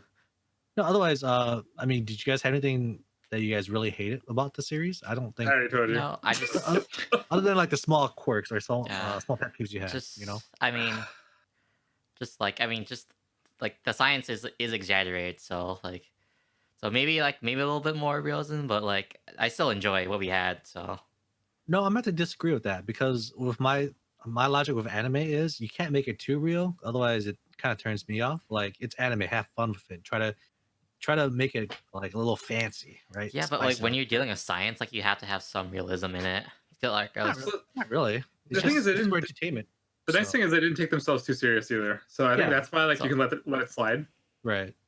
But if it was one of those shows where it was like to the dot, where it's like this is what it is, this is how it's done, then I'd be like, okay. Then if the science was like off or like non-exaggerated, or if it wasn't shonen, Mhm. I could see it then. But then since it is shonen, I think it's a lot more just fun. I mean, it is fun, but like, Because like the scenes, even with that one like the Death Cloud lady, I don't remember like where that came from, but they just had her as like Oh, the sulfur. yeah, the sulfur. I mean, yeah, like, the sulfur. that's realistic. I mean, not. Yeah. But how they did it? A lady though. I mean, like no. I mean, like See, I'm it talking goes- about, not like the lady, but like just like the effects of like poisonous gas. right. That's still part of But the the science. anime- But that exaggeration though is what I like. Well, You know, it's I'm not- anime. I'm not- Make that's not what I'm talking about. I'm talking about like how like the antibiotic they made, like they were like really lucky that they found like the exact strain that cures like whatever like illness that Ruri had, because Mhm. like making an antibiotic is like so much more like It's almost like it's a shonen, David. that's not a good excuse. So It's good enough for me. I just but- have to call that out. Yeah. Mm. Well, somebody should test this sulfur thing. If a lady actually if a lady does have to come out, I might have to do some science projects. I nominate Stratton. Yeah, sure. Okay. Let You me can put just, you can let put me your just buy head- those things online just real quick. Put your head in like the sulfur gas, and we'll see, check Luckily, results for I- science. Yeah, I'll do that when I start hearing that song play, and I start hearing just like nails going across Jesus every board Christ. around me. Just I'm take thinking me like, now. and then I just look in that sulfur pit. I'm thinking, and then just my face just approaches it, and then she just takes me away. Okay, I'm just gonna mention here real quick too that that season 2 was announced, I think for summer, so we have that to look forward to. Summer or spring? Was it actually I don't- summer? I think it's summer. I don't think it's spring. Well, actually, I don't even know they announced. Talk amongst yourselves. I don't even know. Actually, I don't even know they announced like a date, but I don't think it's spring. But they did announce season 2, so Mm. and that's gonna be like just basically because it ended off with the like them preparing against the war against Tsukasa and his army, and now like season 2 would just basically be the war, so that's gonna be really exciting. Yeah, they don't have a date yet. Yeah, so. But it is 2020. That's all we got. So would you be disappointed if it was focused more on the fighting aspect then, because it is a war? Yes. No, because like, Oh, this is the whole point. So like, I wish I mean, they made the cell phone to like as part of their strategy, but I wish there was still Senku would like show off like more of the stuff he made. Like, They will. Like, I guess he has to make. I guess the only thing now is just making guns. That's like the biggest thing that Tsukasa's afraid of. So they're gonna make guns and watch. They're gonna fight during the rain. It's gonna be pointless. I can already see that happen. We shall see. So yeah. So yeah, overall, like really enjoyable show, and everyone here just gave it high praise. So yeah. As a final thing, what did you guys? Those who have an anime list or who would have an anime list, what would you guys score it? I'll probably give it a 9. What did you score it? 9. I would give it a 9 out of 10. Yeah. Ryan, what'd you rate it? So I just put in my 2 cents because you guys pretty much hit everything. I gave it a 10 simply because it was the first, for me at least, a first of its kind. It was like a show, because I saw the name of the show, Dr. Stone. I read the synopsis. I instantly knew I had great things for the show. Like I had such high bars for the show. It's actually insane. Because I just thought the concept was like, oh, it's a science show. That's pretty dope. I don't know shit about science, but it just sounds pretty fucking dope. So I had super high praise for the show. It was the first of like its sciencey type of like just show in anime that I've ever watched. I was like, this is pretty dope. Like David said, like stuff is over exaggerated. I mean, it kind of is, but I just like I know one example was like the shining light. When they made it like a light bulb, it was not. There's no way it was that bright. I can understand that part, but it's like you gotta over exaggerate some stuff just to have like more emotion attached, like an anime, you know. That one I do like. I don't fault them because that was really emotional. That was a really emotional scene to have. Not just for the village people, but for Senku as well. Yeah. So, most of the stuff is pretty good. It started off slow, like everyone says. Like the guy and the chick is like whatever, but they went off and did their own thing. The village was the best part. Granted, it was majority of the show, like fucking 80% of the shows in the village. So overall, like I had such high like standards for the show already. So and it delivered. I enjoyed it. All right. Yeah, I thought animation was as good as it needed to be too for the show. It was awesome. Yep. So that's gonna be it for Dr. Stone, and then we're gonna move right on ahead to Fire Force. Brian, do you want to start off with Fire Force? Like what? Basically, like kind of like what, just the overall overview of like what Fire Force is, and for the entire season, and then like your thoughts. Overall, it's about this kid. What's his name? Shinra. So he has a goal of becoming like a firefighter because he wants to save people or his brother or something. I'm kind of lost at like the beginning because I don't remember that shit. It was so long ago. But a cataclysm happened and like the world is like a sort of in a post-apocalyptic Japan state, but like sort of, I want to say cyberpunk, but like it's not really. I want to say steampunk. I want to say steampunk. I would say it's more steampunk than post-apocalyptic. Yeah. Cyberpunk. The game's not out yet, Dave or Brian. Yeah. I'm just thinking of Keanu Reeves now, dude. But most people have fire powers of some sort, like first stage, second stage, or third stage, like pyrotechnic or whatever it's called. Dude, I'm terrible with these terms. It's all right, Brian. But yeah, overall, like the main character, you pretty much go through his growth of trying to find or figure out what happened, like when he was younger, because his mother and his brother died in a fire at his house, and it's by like this infernal that we later come out to find like it was his spoilers. No spoilers. No spoilers. No, you can spoil. Wow. We've like been talking about this. We talk about every episode, so like we spoiled so many already. No spoilers. No, I thought reviews were supposed to have spoilers. Yeah, you are. No, ignore Ku. Just say whatever you need, Brian. Yeah. So later on, we find out that Inferno was his mom and shit. So it's this whole journey of trying to find out like what happened to his family and stuff. And overall for me, I think I gave it an 8. It's pretty good. Some parts of it was like kind of over the top, like the fan service shit. Like like this one chick, she has like a lucky charm type of thing. Or is it unlucky? And somehow it's unlucky for her, and like she ends up winning like these life or death fights just because all of her clothes get stripped off, and it's like, whoa! It's like, all right, dude, let's calm it down. All right. She ends up fighting the one person that can't handle women. Yeah. So I'm gonna mention too that so in the world like the Infernals, basically like people in this world, they can like randomly just turn into like this fire demon. And the only way to get rid of them is just to kill them, basically. So basically, like it's kind of like zombies, but like they turn like fire demons. And I kind of wish like the show would focus more on that aspect, because it kind of did that in the beginning. Like there's one of the episodes where when one of Shinra's early like missions is when like they go to a house where like this dad turns into an infernal, and he's still like semi-conscious, so he's like doing everything he can just to stay still, just so he doesn't hurt anyone else. And then you basically have to have the nun. You basically have to have her there to do her prayer, and then just give him the mercy kill. And then after all that, they have to go outside and tell the daughter that like we killed your dad, and hopefully he rests in peace. And then she basically has to live the rest of her life without her dad. So I think the show I kind of wish like they'd focus more on that aspect, because it started leaning more into the more shonen like action fighting, which I still enjoyed, but I was really into like the Infernals and like the more of this world of fire that they brought in. But besides that though, like whenever they did do the fight scenes, they were really cool and really nicely animated. Like animation was top notch. Fire animation in this series was super good.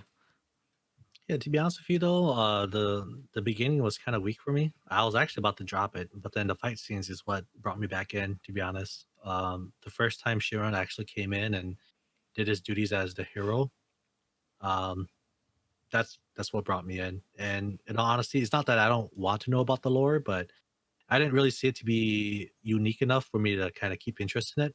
I just wanted to see fighting fire with fire. Yeah, no, because to me that sounds kind of dumb. Right. I enjoyed it, but no, I still enjoy like when the show transitioned more to action. It was still enjoyable for me. Mm-hmm. But then it's one of those things where I guess it's just for me. I didn't really see the interest in it, or like the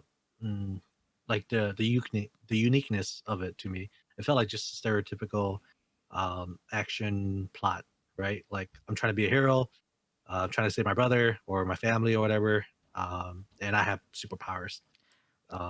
See, yeah, I agree with that part, but like that's why I want them to focus more on like the Infernals, like because then that's the more emotional like appeal, where like you really like just really getting to like these people who are affected by like their loved ones getting turned to Infernals. Mm-hmm. Like I want more of that, like that emotion of like where people like really feel helpless because like they or like focus on someone who's like people who have anxiety because like they know they can turn into Infernals at any time. Mm-hmm. So I think oh shoot, what was I gonna say? With the I think the second season is gonna focus more on the Infernals though, just because like at the end of this season, you see more like the Infernals are actually like they still have awareness. They don't completely become like a monster, let's say. Mm-hmm. So I think that's why I feel like the second season will focus more on it. But this season, because for this season they were showing like brief moments of like, oh wait, he has awareness, he's talking, and all these other things, where it made it sound like from them it was not a common thing. Right. Yeah. So yeah, for some reason like they like I guess there's like not much research on Infernals because there was that one time too where Hibana, she really wanted, there's like I think a guy who turned himself into Infernal, and like Hibana, she really wanted to capture him and know more about him because there's not much research on just Infernals, and he was a unique specimen. So I mean, to be honest too, it was kind of to me in the beginning, it felt like they didn't know what they wanted to do themselves. Did they wanted to dive more into the lore about what's going on, how to solve it, or did they want to become like an action anime? I felt like they didn't know which direction they were going in until later on. Towards the end, like the second half of the season, it felt a lot more well written compared to the first half. Like a of the lot season. more focus. Right. Yeah, I agree. So hopefully with season 2, they started out right and they keep on track with what they want to bring across throughout the anime. And if they can, please just stop with the fan service. We don't need it anymore. That's what Yeah, everyone wants. I just Yeah. want to mention to you the supporting cast was really good this series. Like I really enjoy everyone in the fire station. To be honest with you, I did not like the cast until towards the end of the season because they didn't really showcase them or make them stand out as much until towards the end, which I think was kind of a mistake on my part, on their part, to wait until the last minute to make you like be more attached or enjoy the characters more. Like for instance, Arthur, Shinra's rival. You didn't really like the guy until towards the end of the season, right? Yeah. You just thought he was I like guess, a dumbass. He was just like a random dude that should die right away, hopefully. But yeah, towards the end, you grow more attached to this guy. You realize he's stupid, but he's a likable guy. He just needs the extra push. He's really strong in his own way. I mean, yeah, Right. give a shout out to Stratton's favorite character, Benimaru. Dude, Benimaru he was so awesome. Mm-hmm. I don't know, like just like I guess like when you're throwing like mops, I keep forgetting what they're called. Like it's Fucking- definitely like I hate when you say the words gonna- mops, Strand. Like I don't know what they're called. They legit look like mops. just like I can't get that out of my head now, but they're not fucking mops. Okay, fine. But I was gonna say something earlier though. I do think though that this was still mainly like a fight based anime. Because like I swear like almost every episode had some sort of like combat that was going on. Yeah. It's like almost like they were like just showing off their their fire animation. Mhm. I don't know. But I definitely got a more I got more this show more of like a fighting show than anything else. Right. More of an action Yep. series. Definitely. Mhm. Man, I was like the only one to like interested, like basically from the beginning. Like, it seems like everyone on the Oh, internet. I was too. No, like it seems like a lot of people on the internet in general, like they like weren't really feeling it in the beginning. Yeah. People were complaining about the pacing. They said that the pacing was really Right. like off. Right. So- That's why I was going to drop it actually early on, but Like were people saying the pacing was too fast or too slow? Just awkward, like awkwardly Yeah. paced. Okay. And I don't know Yeah, if 'cause, they mean like the story, because I know like I think some people like say like the editing was like awkwardly cut, but I think that's because Mhm. there's just a lot of like Shaft ex Shaft staff who used to work on the Monogatari series, and that's what they are mainly known for. So they brought a lot of their influence over. So I can see kind of like if you're not used to that style, like it is kind of like awkwardly paced, but that's why Mhm. I'm used. I watched all the Monogatari series, so I'm used to it. But I can see how it threw people off. But Yeah, so like I don't know if it's the same thing you're talking about. I've never watched the series you literally just said, but like in the beginning, like I got this vibe of like how it was sort of paced per episode. Like they'd go through like some stuff and then like just a scene of like 5 to 10 seconds or just a sky or something. And just like that's- 2 words being said. I'm like, yeah, that's the style. That's Yeah, that's the Shaft style. So. yeah, for me, not knowing what the fuck that was, I was like, this is kind of awkward. And then it There's- just Right. made like the episodes go by super fast. I was like, whoa, this episode's already over. Yeah, It was like it's- half of it was just nothing. That's like they do a lot of like quick cutaways, and so like yeah, I can see Yeah, how so- it throws people off if you're not used to it.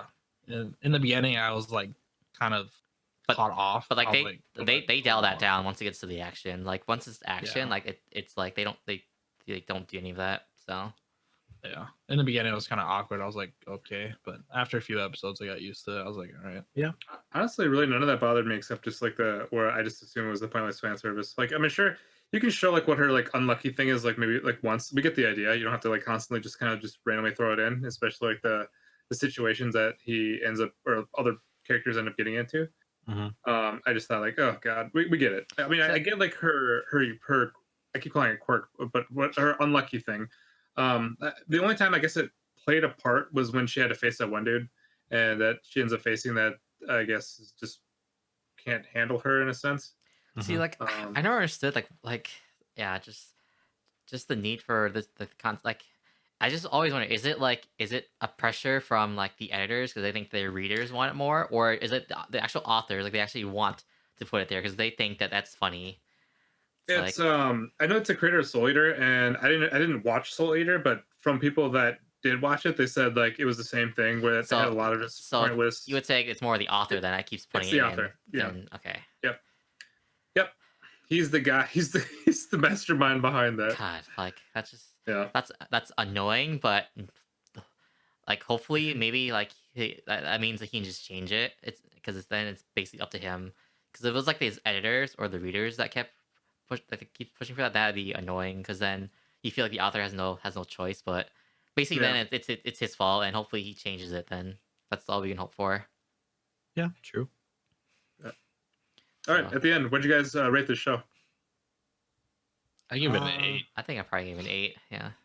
Cool. 8 or 7. To be honest, I would give it a 7 just because of the pace in the beginning. Like Gotcha. I said, I was literally about to drop this show, and I gave it a lot more than I normally would on any other anime show. But yeah, after that, it did redeem itself for me. Yep, I gave it an 8 as well. All right, so that's gonna be it for Fire Force. Then we're gonna move over to Shokugeki no Souma, or Food Wars, the 4th plate, aka 4th season. Yes. Yeah. So this is like this season like basically picked off at a weird time because like because from season 3 we ended off in the middle of like the what was it not the Shokugeki, the arc, yeah, basically, because they were still like the rebels were still fighting in Central. And so like, and then there's also, and I just remember the first episode, like we were all like, where the hell are all these characters? Like we don't remember any of them. Well, besides Ku, Ku remember them, but like me, Stren, and Brian, we all struggled to like remember any of these people, like, or what happened in season 3. Yeah, I couldn't remember where it left off. Like it was just a weird place to cut off because like I think it was like I think they were on their way to Hokkaido, and that was like the last thing that happened in season 3. Yeah, the show could have really benefited with the recap episode. I normally am not a fan of those, but this show, where they left off, they needed it. But like, this is what they always do too. Like, because I think they did that for the autumn festival. Like, they cut it like it was like they cut it like during the 3rd place round, and then the next season started off of like the semis and then the finals, which is a really weird place to cut off. And they just did the same thing here. So. Yep. Yeah, it was really weird, and I really had high hopes for this season, but I feel like it kind of like. Would you say flat? Would you say like it started off like either strong or optimistic for you guys? Like, strong. It did for me.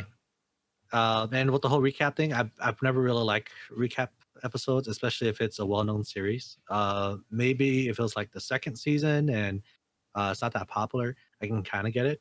But with this being as mainstream as it is and being in the 4th season, I don't think a recap was necessary. And I think the pacing of it was done really well.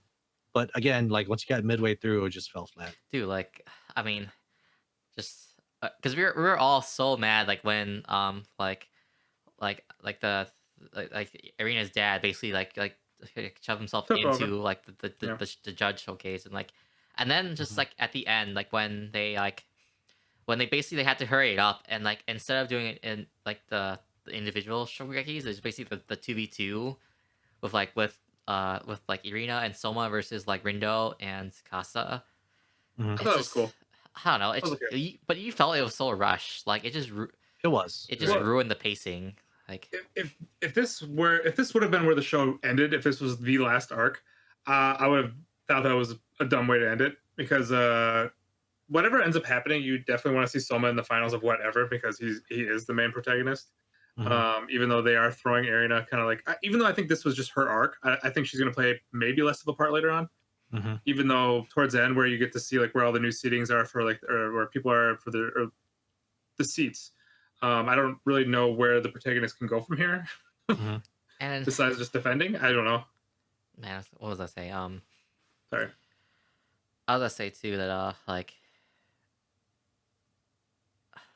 mean like the show like I mean the main appeal of the show was the original appeal of the show was that just the cooking, and it's just this arc just it felt like it just really pushed that aside. Like I mean like yeah, we're in the Shokugeki, but like it didn't really feel like it was really showcasing the food as more of like the drama. And I really didn't like that. It started well with like where it was actually about the food, and it was about like the 1v1s. But then right when you saw that he was coming in to take the seat, I'm thinking, well, this shit's gonna go down. Yeah, because it just started threw, just threw like every like conflicts of interest in there. Like so yeah, it went from unpredictable to predictable, completely like scripted out. You can tell exactly what's going on, and then they could have made it more obvious. And even when I felt like it was starting to pick back up with like Aldini kind of showcasing his like how cool or how badass he was, and then how Megumi actually is fucking cheese pizza. Right, dude. But it killed everybody's predictions. Yeah, it killed everyone. It was nice, right? But it was a nice touch to it, even though you may not like the pizza in a culinary tournament. I love pizza. It was a nice twist, you know. And then, like I said, with Megumi, it showcased that even though she was considered like the weakest out of the group, it showed that she can like go toe to toe with like the Elite 10 as well. And then yeah, with everything that was going on, everyone was unique. Everyone had like their own quirk to them, and the whole being unpredictable was exciting. And then yeah, once Irina's dad came in, and you just knew what was going to happen. Like it was kind of pointless to watch. Even before Irina's dad, they had like the two judges like replace like the other two guys. So yeah, out of the blue. Like it was still stupid. Like that was already dumb enough, and then they had to do the dad coming in, and it's like you already rigged this shit so much. Like how much like you need to actually like guarantee it's like officially rigged. Like yep. Yeah, with Shokugeki, I always thought like I mean it's been going on long enough now that I would hope that the supporting cast would be solid, and they are.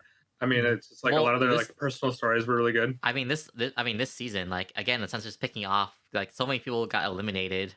So it's like we couldn't really focus on any of them. So it's just like just focus on the survivors. Well, yeah, this one was. I guess there was a lot more of the focus on the top 10. It wasn't just like the rebels, but it was also the top 10 as well, and you kind of got to know their story. And then you find out that a lot of them are actually connected with the rebels as well, which I mean I wasn't really expecting. But like I guess like. But there wasn't really a need to focus on any of the rebels because, like, just from like prior, we've already like they've already gone over their story. We've seen like their the backstories, like their types of food and everything else. So I mean, we didn't need that. It should have been about Irina because it was her arc. But there was a lot of like stuff about her though, but even like the previous season. But I mean, it was still like more about the top 10. Yeah, like they focused more on them because they, I guess they didn't get enough character from, but still like I don't know. It's JC Staff. It's not JC Staff, it's the author, Trent. Yeah, they have to work with what the author gave them.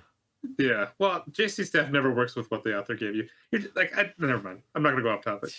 Yeah, I was about to talk about another. There's place and time for this trend, not now. Yeah, but I know, like, I know JC Staff has definitely cut out a lot of stuff. I'm trying to remember, like it's many light novels that do that, but not really mangas. Like these last few seasons have definitely felt a lot more rushed. Like they don't focus on like how they make the food as much, or they kind of like make it in like their way, like after the food is made, and then they kind of talk about it. When before you'd have like it would kind of like walk you through it, and then also give it like more of explanation of all this other stuff as well. It felt like it was going slower, but now it just feels like everything was just shoved in just to try to get like these rounds done like in an episode. See that and then move on. For that, I blame the author. I think I'm pretty sure it's the manga that rushed it, not because like. Do you think it's the same? I think it's the author. I want to say like I mean I didn't read the manga, so I don't know for sure, but it felt like it was the author that was rushing it. Well, with all the comments I heard about them being disappointed in how the show turned out, I don't think it was the author. I think it was just the. I heard I heard comments like the manga was disappointing. Like after like this arc ended like poorly, and then like just disappointing ending in general. So. Well, I mean, I was just disappointed in the ending when her dad came in. I thought this was gonna be stupid. So I'm pretty sure I saw more people, but like were just saying like the manga itself like had issues. That's why I lean towards that. But either way, like it's just this last season, just like it's just sad because it leaves a bad taste for like what should have been a really great series. Like, well, actually, like the last episode, you know, like after the arc, I thought they wrapped up like the season or semester really well. Mm-hmm. Where they kind of gave like a little bit of like a backstory, kind of like where everybody is, like their position and where they're at. And then the only thing I thought they kind of was like stumbled on was just showing the new, what I assume is going to be the antagonist. See like okay, yes, it was a nice ending, but it also makes you really worried that we have one more like season to go. I have no faith in that season at all. Like whatever, like because like it just felt like we just like we like had huge like accomplishments for everyone. And, like we had like a nice ending, and it's just like I don't know. It's just like I just feel like the next season is just gonna ruin like the nice ending we had, and just make it like more dramatic than it needs to be. Yeah, it's gonna be tough. Like I'm really, I'm worried, and like I don't really have much expectations after just the way like they nicely ended like this season. Like it's not gonna. I don't see it going well next season. Yeah, if the protagonist is already like where he said he was gonna be, I don't know where you go from here. So, but I mean, I guess we'll see. Brian, you got anything? Brian, hello. Oh, okay. Probably not. All right. So, what did we say? What you guys gave the show? No. Oh, Brian, you back? Yeah. So Okay. I was muted. Yeah. It was just, I don't know, man. Like a small, like maybe like 2-3 minute recap would have been nice in the beginning. I'm throwing this way back, by the way. That's fine. Like a beginning of the episode, 2-3 minute recap would have been super nice, like what they've been up to. Because granted, from the previous season to this season, it was over a year, like our time, for us to get this season. So it's like most people don't have the attention span or to keep up with this for over a year. Says you. It's true. And also it's like I was trying to look back at like all the other seasons of like the split between episode 1 and the first episode and the last episode of like the connecting seasons. And it's like for the most part, all the other seasons did a really good job of ending at a certain point and then continuing off at a certain point. This season, I look back, it's like last year they legit ended one of the rounds of like the 1v1 like tournament bracket type style of Shokugeki that they had. Yep. Instantly to a whole year later, just straight up continuing. I'm like, bro, I'm so lost. I don't know what this bracket is, who won, who's lost. I was like, it was just super confusing to me, and that's like the shittiest part. Just imagine trying to watch football, and they like right now, like after like the first playoffs seeds are done, you take a year break and you continue with the bracket. Yeah, it's like a year break to continue the playoffs. It's like, all right, no one gives a shit anymore. But it's just that part is just the part that bugs me the most, and it's like I just did not like Arena's dad. That dude's a fucking degenerate. Yeah. I actually hate that guy. Pretty bad antagonist. Wasn't as bad as Sora, but he was getting there. And also to put in like, I also want to say like, I was super excited. Like the very first season of Shokugeki, I was super excited because the character seemed pretty badass. Like red-haired kid, just master chef since like he was like 12 years old. How to become like the top of the top. His dad's just god too. It's like just it's super potential for the show. So in the beginning, it was really easy for me to get hooked in and just continue watching the show because this dude just keeps getting challenges and stuff. Dude, I still remember the first season when he challenged a teacher to a Shokugeki. That was fucking epic. That was badass. It's like, all right, I'm gonna skip all the students. I'm gonna say I'm at the top. Literally transfer. Imagine a transfer student walking into like a super competitive school and be like, "Y'all suck. I'm going for the top." All right, like that's the part I love the most. But now it's just like whatever. Yeah, after the second season or after the autumn elections tournament, it kind of went downhill from there. I felt like it wasn't very as much exciting as I thought it should be. Well, I mean, just like the whole reason, this arc has been going on, just because he's just like, I don't want chefs to overwork, so just follow instructions. Right. I just thought like that's just like I wish it was like because then like it just became like just like battle for survival. When it's like I wish it was stuck with the competition. Like like it would have been cool to have something like just keep battling the top 10, or like maybe they introduce another school and they get to battle their top 10. That would have been cool too. Yeah, like that would have been exciting. That would have been really cool. Yeah, if they're already considered the best school though, so yeah, if they set up the show to be like competitive, like competitive, but then it's just like it's just you're battling against like just dumb rules and like a shitty situation. Tournament arc. God. I mean, when you have the Elite 10 set up, I mean, they had so much to work off of. They didn't have to go in this direction. Yeah. I felt. Yeah. So I don't know, man. At a certain point, it's like you're throwing in like superpowers too. It's like, all right, dude. Like, at that point, it's like, let's just all right. Let's just continue with this show. Yeah. You don't even need to have the blood. You just have to marry into the family. And yeah, you marry the family. You get the ability. You just so confident you get the shit, dude. It's like, all right, dude. Are you saying that's not scientific? And I don't care about the science. All right, like listen, like I understand foodgasms, but scientifically, your clothes ain't gonna get blown off. Like in your mind, maybe, but at this point, it's just like you like this chick has a god tongue. This other chick has the ability to like tell what's cute and what's upcoming on like just toy markets and stuff. It's like, what is this? Yeah. Foodgasms are way more believable. I've eaten some good stuff and my pants have moved. I've eaten some good stuff and I've like physically moved, but not my like down there. But like, yeah, it's okay, Brian. Food, like eating food and like having like a physical reaction to how good a food is, is super relatable. But like, you throw in like other shit, I'm done. I don't want to talk. It's a food show. I gave it a 7. I gave it 7. An 8. Yeah, 7 as well for me. So I gave it the highest of you guys, an 8. Yeah, this is how bad my scoring is. You like the fan service, that's why. I mean, I like as long as it makes sense. But you got to do it tastefully, like you can't just have a girl come up to you. You can't have a girl just come up to you butt naked and have that be like right, bro. I don't know whatever girl came up to me butt ass naked, I'd be like, yo, we in here, boy. No.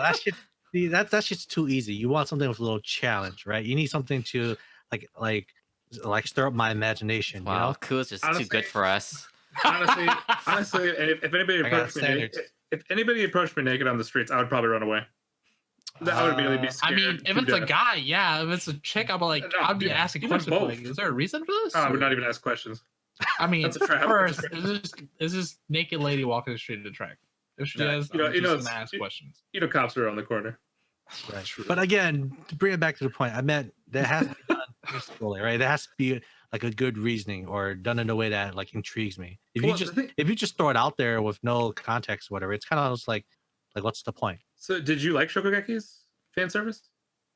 I did in the beginning, but not towards the end of this. Really? Yeah. Oh.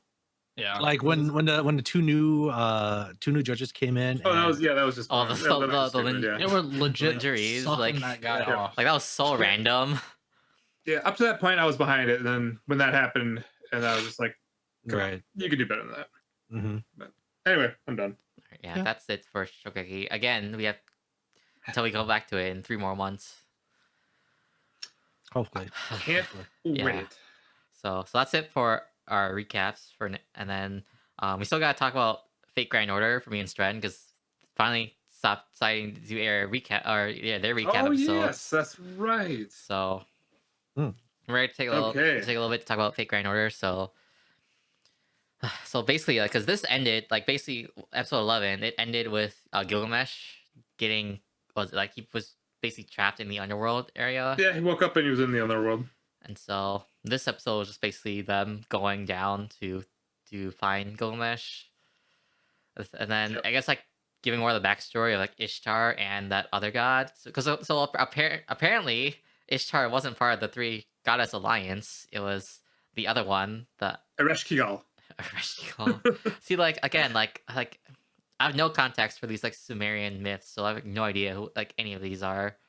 Same. Even though we have Gorgon, which is a Greek myth, which shouldn't be here because that's way after this. But they still don't understand how, they still never explain how all these different gods from these different time periods show up. Yeah, this is Fate, man. Fate makes its own rules. Oh my god. So yeah, there's in the Underworld. I still like okay, like so they were saying how like Ishtar was the god that like got everything she desired or everything she wanted, and then the other goddess, like she was the one that didn't desire anything. So like, what was the point of like the gates? Like I kind of like didn't really understand like what we had like the 7 gates to go through, and like he had asked the questions. I think that was just it had to have been like a mobile, just like fun mobile thing. game. I feel but actually the same thing would have just stupid two answers that you could or two answers you could do that just whichever way you do it's going to be the same thing. like probably just have fun when you with bring up like gates and like questions, like you make it sounds serious, you know, but then they just made this super comedic. Like he said the answer wrong the first time. He just said the second answer and he's opens right away. So it's like that's like what's the point of these gates if you basically just said the second thing, the right thing the second time, like And then I kind of feel like these gates, like I feel like I've seen them a lot in JRPGs, so I wonder if it's like a Japanese thing, like answering questions at gates. I have no clue. But like it just felt so dumb. There's like no stakes, no consequences for saying the wrong answer. So like all it did is just make Ishtar smaller. Ishtar got smaller and smaller. Because apparently she came to Underworld once already and like she got punished for it. So like I get that having that as backstory, but just the gates is just really dumb. And then when I saw Gilgamesh just show up out of nowhere and he was like laughing, I was like, oh my god, this is the mobile game part right here where he joins your party. Yep. Before that, I was so confused when they were first saying that Gilgamesh was in an eternal sleep, or he was in an eternal sleep, and then they ended up talking about how he was actually dead, and then you just see him like later on that he's actually alive. Well, no, I think that was his soul that we saw in the Underworld, because they said his body was they still had his body. They were about to bury his body. Okay. So like I think his physical body is like it's just like it's like it looks like he's dead, and then what we saw is was like his soul like in the Underworld. Gotcha. So yep. And then besides that, then there was just a bunch of talking between them, and then they ended up at the end of it where they're facing. I would assume next episode is going to be they're facing off against Ereshkigal. And again, I expect Gilgamesh to carry because Mash hasn't done a single useful thing this whole entire season. Even though again it's the 7th singularity. Like, why are you so useless after 7 singularities? That's right. With this next episode with Cloverworks, I would assume that it's gonna be a nice animation, a nice animated fight. Because I think it was it was like episode 9 or 10 was one of the epic fight with Leonidas and Ushiwaka. I think it was 8 or 9. 8 or 9. I can't remember which one.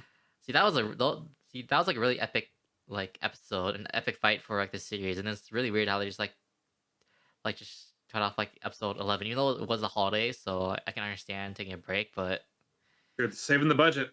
saving the budget for the fights that matter. I guess. I expect to be all Gilgamesh next episode. Yeah, there's nobody else that can do anything, so is him and Mash. Wait, is he got because this is his time period, so is he technically alive at this point, or yeah, okay, yeah, he's alive, even though because he's from a myth or a legend, so but he's they're saying in this world, whatever, he's a real person. Yeah, Merlin was saying something about how he was summoned. I have no idea. I think he was summoned by Gilgamesh, but I don't understand how, because I thought I guess he became a mage or something, but I don't know.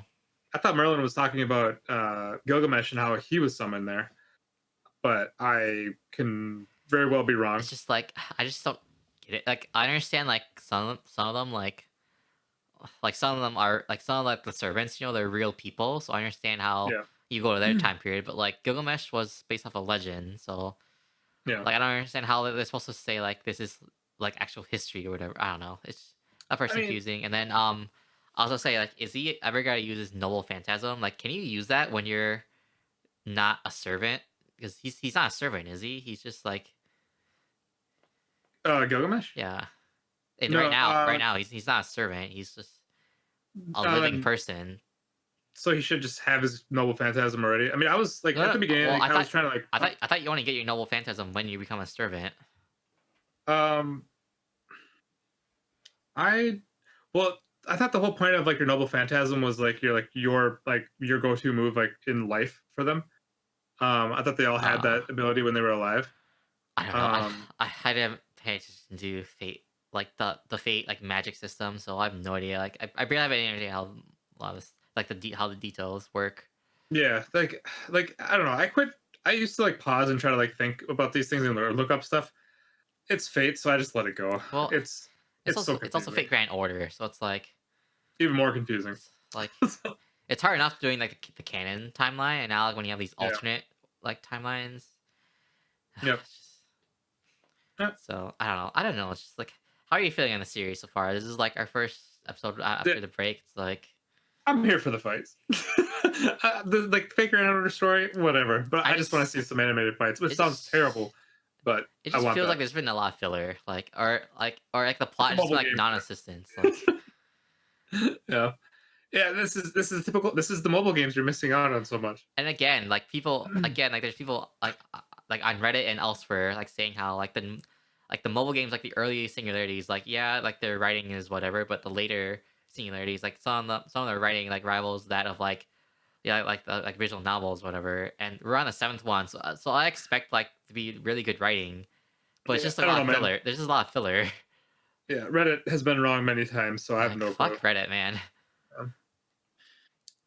Brian, I just want to put in 2 cents. Didn't watch your show because I didn't want to bother with it at all because y'all said it was part of the bowl game, and I was instantly off the ship. I was like, that's a load of shit. Honestly, Brian, just watch, like, just look up online, just watch the fights. Like, I'd honestly just watch the fights because Fate fights are like one of the best fights ever. Yeah.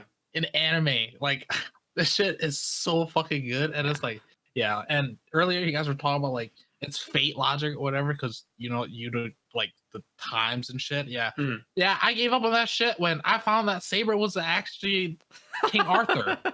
That like shook my entire life. That was and I was like, original. all right, well, this whole show could flip a whole 180 on who people were. I was like, all right, I'll just go with it. Fate, okay, that was like in the original visual novel way back in 2003.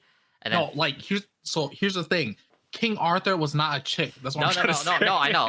But I'm saying like they've done this shit like since this is what they've done originally. So yeah, that's like, the thing. I didn't know that because I don't read because I'm a degenerate. No. It's like it is dumb. I'm saying it is dumb, but like this is what's been going on since so Saber was like the very first thing they did for that.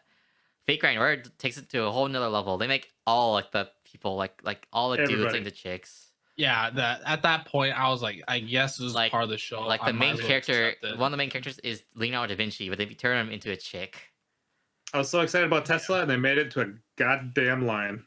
Yeah, at the and then like if I ever watch Fate, it's just I'm there for the fights.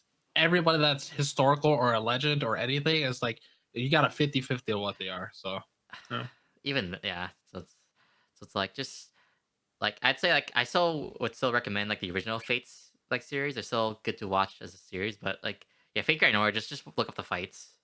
Yeah, there's just so much filler like this season, just a lot of this season, and also like it's so confusing. Like jumping ahead to the 7th, it's basically the 7th arc. Yeah, just put your time into Haikyuu. Okay, bro. God, that is all. So that's all I have to say for Faye. Anything else, Trend? No. Okay. So yeah, we're just gonna we're gonna keep waiting for Gilgamesh to basically be badass. Or Mash. Or Mash, finally. So that's it for Fake Grand Order.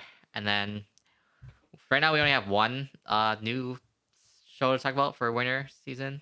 Because basically like a lot of shows like Haikyuu, they won't air until this week. So we have to wait till next week's episode to talk about them. But so far, we're trying to talk about Darwin's game. Was that aired earlier this week? It's just gonna be me and Koo. Mm-hmm. So I should mention too, like the first episode was like an hour special, so like a 40 or 50 minute long episode.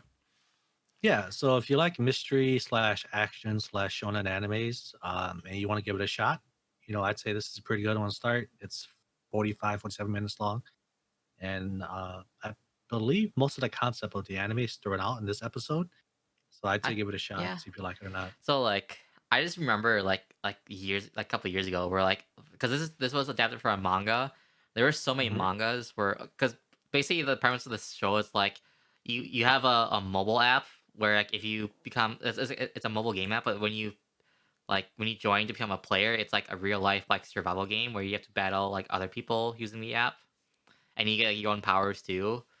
But like Yeah, it becomes a augmented reality kind of ordeal. I just remember like there was so many of these like kind of mangas like a couple years ago like where like the basic the survival like manga where it's like you sign up using like a mobile phone app and you have to battle against other people and everyone has their own powers. Mhm. And so this is one of the ones that gets adapted into anime. So I Yeah, just want and to I say think like this first episode was pretty intense. Like just the way it opens was pretty intense because it's starts off with like the guy being chased by like the mascot dude. yeah, so it starts off in the middle of a battle. He's not the MC, but you follow this guy around who's about to get killed. He's panicking and whatnot. He gets cornered, and then he gets killed by one of the villains of the shows. It's not really a villain. He's just like another player. Right, but he's kind of considered the bad guy, right? And then He's just before yeah. right, but before he dies, he sends a I believe it was like a help call, Yeah, like a distress call. something like that. Yeah. And then for some reason he sends one to the MC, which isn't really a player yet. He's just a friend that he knows of. And then he dies, right? And Yeah. then they switch focus over to the MC now, who accidentally accepts the invitation from Mhm. his friend, and he's now part of the game. And were you able to catch what his power was? Well, let me explain it. So powers in this game is called sigils, Sigils, yeah. right? And then everyone that joins the game has one that's unique to them only. And as of right now, we don't really know what it does. I'm assuming that he's able to I think it's like create or duplicate it's like whatever it's called creation. before. It's kind of like Shiro from Fate, where like he can Mhm, where he's able to like to create stuff out of nowhere. mhm, So it's kind of like right. that, like because in this episode, like he was when he was like thinking like I need the strongest weapon possible. Like, he was thinking Mhm. he had a strong. He was thinking about that super strongly, and then that's when the power came through. And then a gun came out because he was thinking about like the strongest weapon possible. Right, but I think he only duplicate or create what he's held or what he's seen before. Because in the very beginning, when he went to the nurse's office after he accepted the terms of the games and joined, he dropped the pen that the nurse gave him to sign the form. And then when he dropped it, he went down and tried to pick it up because he couldn't see it. And at first, you think that he picked up the pen and he gave it to the nurse and left. But it turns out that the nurse went over, picked up the pen that he actually did lose, and now there's two pens that's exactly the same. And as for the gun that pops up later on that he creates, it's actually the same gun that he won in his gotcha pull from the game. So he's actually seen it and I guess touched it before. Well, he had a second gun though. Like because in that fight against like Shuka or whatever, like he had that gun for he had the gun from the gotcha game, but then like he pulled out a second gun when he was on top of her, and that was like a different gun. So Well, he might have created two guns rather than one, but he didn't bring a gun with him. He no, brought a but like taser, you're some saying duct tape, you're something saying that it else. has to be something he touched or like or Yeah, he's touched saw or seen before. seen for. Right. So like I think because like it's like stuff like that. It's like it has a strongest like mental image, so it's easier for him to make those creations. I think later on he's like gonna be able to. Actually, I mean, I guess like yeah, like he'll probably make stuff like he's seen before, but like Right. Because if you think about it, I don't think they, like, I don't think it's limited to just what he's like seen. I think it's just what's easiest to him because it makes the strongest mental image. because like I said, the first example of his power was he dropped a pen and he was like, "Where's this goddamn pen so I can sign this form?" Because he dropped it, and then that's when his hand like glowed blue, and then he had a pen in his hand. And then for this one, same thing. It's he really wanted something to help him out, so he thought of the gun because it's the strongest thing he could think of, and he created it. And those are the only two examples that we have of how his power, Yeah. what his So power actually we'll does. we'll see, but basically, Right. yeah, his powers is like creation, like Mhm. out of nowhere. So Right. and so, I just want to mention too, like this soundtrack was really intense. Like the sound Mm. effects were Mhm. really loud. They're like the Hollywood like noise, like whenever like it's like those futuristic like hover bikes that like goes by. It's like that like the low like buzzing. There was a lot of that happening when they shot like weapons in the show, and then like the soundtrack too. There's like random techno in between, and then like random like chorus chanting too. So Yeah, like it got you pretty hyped. like it was just really oh, like it was like because I mean like the main character basically had to go through 2 battles this episode, so like just a lot of intense like moments. So so like I'd say it was a really good strong first episode just because how strongly they put you into the action. Yeah, I think audio wise, they did a really great job in enticing the viewer into the show. But what do you think about the MC? Because I actually really like the MC. He's not really a pushover, and he's actually very logical. He does the same thing that everyone does, where it's like, man, I don't want to be part of this, and then like, hey, let's work this out, whatever. And then he tries to run away, but then like during that first episode is when he actually like starts to fight. So like so he's not like. He's not a pushover. He's not like he doesn't get paralyzed by his helplessness. He actually, and like actually no, during a couple of times during both fights, he actually does like smart things to like outmaneuver his opponents. He talks about his thought process the whole time, so you can kind of tell what he's thinking, and it's very logical. It's nothing I think overwhelming or nothing over the top. Yeah, so I feel like he's a pretty good MC. He's very likable so far. I knew I recognized his voice, so I had to look up on my anime list. So and then I found out he's Senku's voice actor. He also shares voice with Arthur from Fire Force and then Subaru from ReZero. So just want to mention that real quick. And then I was actually surprised, like the rules, because the rules of the game too. It's like basically when you run out of points, or if you like lose a duel, or you run out of points, you die.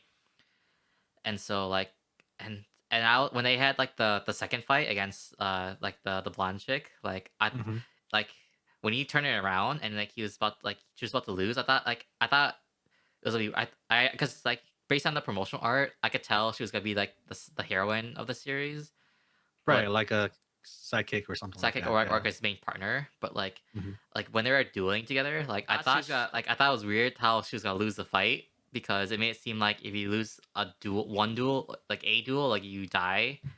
But it seems that like I guess you lose a certain amount of points when you lose a duel, and so I guess like that's why the other guy died, because like he lost all his points. But then they did the weird thing where it says like she become like his slave or whatever, servant. Like so. I guess they're gonna explain that next episode, but like. Well, they actually kind of explained it a little bit in this episode too, because I don't know if you remember that scene where it was the 2 gangs fighting against each other, and and one overtook the other. Yeah, and like everyone was underlings, and they had like everyone's talking about clans and stuff. So. Right, clans or families or whatever. Okay. And at first, you thought it was just like two gangs, 2 actual gangs, like the Yakuzas fighting against each other. But as the story goes on, you kind of realize that I think they were actually talking about their actual clans in the game itself. Yeah, okay. That actually makes sense. Yeah. Right. And then like towards the end, after the girl became his servant, she said she wanted to start a family with him. And in that sense, I think she meant like start up a clan on their own. Yeah. Right. So I think that's what's gonna happen. They're gonna start their own clan, and then they're gonna try to survive together as a clan. Okay. So so it's kind of interesting to see how they kind of set this up or continue with the story. But like I said, it's been pretty intense so far. It's pretty interesting. I think they've explained things fairly well throughout the story. So basically the groundwork is set for them. Basically how they go from here is what'll determine if you enjoy it or not, I guess. So like the thing is like, I mean, maybe like the first arc will be like good or decent, but like the thing is like, these kind of survival games, like they never got end after like 12 episodes. So I just have a feeling that I'm just have to read the manga to figure out the rest, because like the anime of these kind of things, like they never like, I feel like they don't adapt to the end, and you don't get a satisfying ending. So that's like the main thing I'm worried about. It's just like I'm worried that it's like we'll defeat a clan at the end of the first arc, but then they're still gonna be stuck in the game. So like I probably have to like. You probably have to resort to the manga to finish seeing what they could do to get out of the game. if it's anything like King's Game, there was closure, but it wasn't really satisfying. So hopefully with this, they do close it out properly. Like at least just beat a clan as the ending of the arc, and then just save it open, just like because we know they're gonna be still stuck in the game still. I mean, you never know, right? They're not. I don't expect any of these kind of things to be done by like 12 episodes. Right. So right. But I mean, all in all, I think I've enjoyed it so far. Like I said, audio is top notch. Story is pretty well written. MC is fairly likable, and everything seems to make sense. I'll say like if you've seen this before, it's kind of like repetitive, but it's still enjoyable. Like I haven't seen like the survival games for a while, so just the first episode was enjoyable. So like at the very least, like just the first episode was very good. So I'm excited for what's to come. I hope but the thing is like stuff like this can start strong too, and then like it can drag on in the middle. So I hope that doesn't happen. Yeah, that's been kind of a trend with these animes this past year, hasn't it? It starts off strong and just kind of plateaus out, just drops. Yeah, so we'll see. Did you also get a harem vibe at the end of this episode? I don't know, like maybe because like there's all like because the ending showed a bunch of chicks, so you just assume probably be a harem. Yeah, I mean there wasn't really any fan service until towards the end, and then they kind of just threw everything out there at the end. So hopefully they do it tastefully, right? Do this tastefully so I can enjoy it. But otherwise, yeah, we'll see what happens with it. I have high hopes for this one though. Yeah, actually, I was gonna ask real quick too, because usually with survival, there's always like some sort of betrayal. You think it's gonna happen in its clan? Like someone's gonna betray him? Oh yeah, for sure. You think okay? Yeah, because it always happens. Like when it does, like I can't be surprised anymore. Like, mm-hmm. or it's like it's like a chick betrays them, and then she realizes, oh, I want to be with you all along, and then goes back to like the main guy or the clan. So it's like always one of those two. Yeah, I think until we figure out more of the backstory of the girl, like how long she's been in here, why does she know so much, and then like who is that chick that was kind of like watching over on them? The computer. She's got to join them, like for the computer person of like all the info. Like they always end up joining, like right. So like the information broker basically. Yeah, because she's basically selling his data. But yeah, I mean, I think that's it for me with this one. Yeah, same. So that's gonna be it for Darwin's game, and then next week, that's gonna be it for this show too. We basically just did like a recap and just like just a small preview, like just one of the shows we're watching for winter, and then next week is when when I think all the winter shows should be out. Maybe there'll be some that aren't, but the majority of what we're watching, like we'll talk about Haikyuu definitely for next week because they'll be out by then, and then like a bunch of our other shows. So look forward to that, and then yeah, just basically next week will be our big like impressions of the first episodes of a lot of these winter series. Oh yeah. So that's gonna be it from us today. So I want to thank the panel for joining me today. I want to thank the listeners for listening to this week's episode.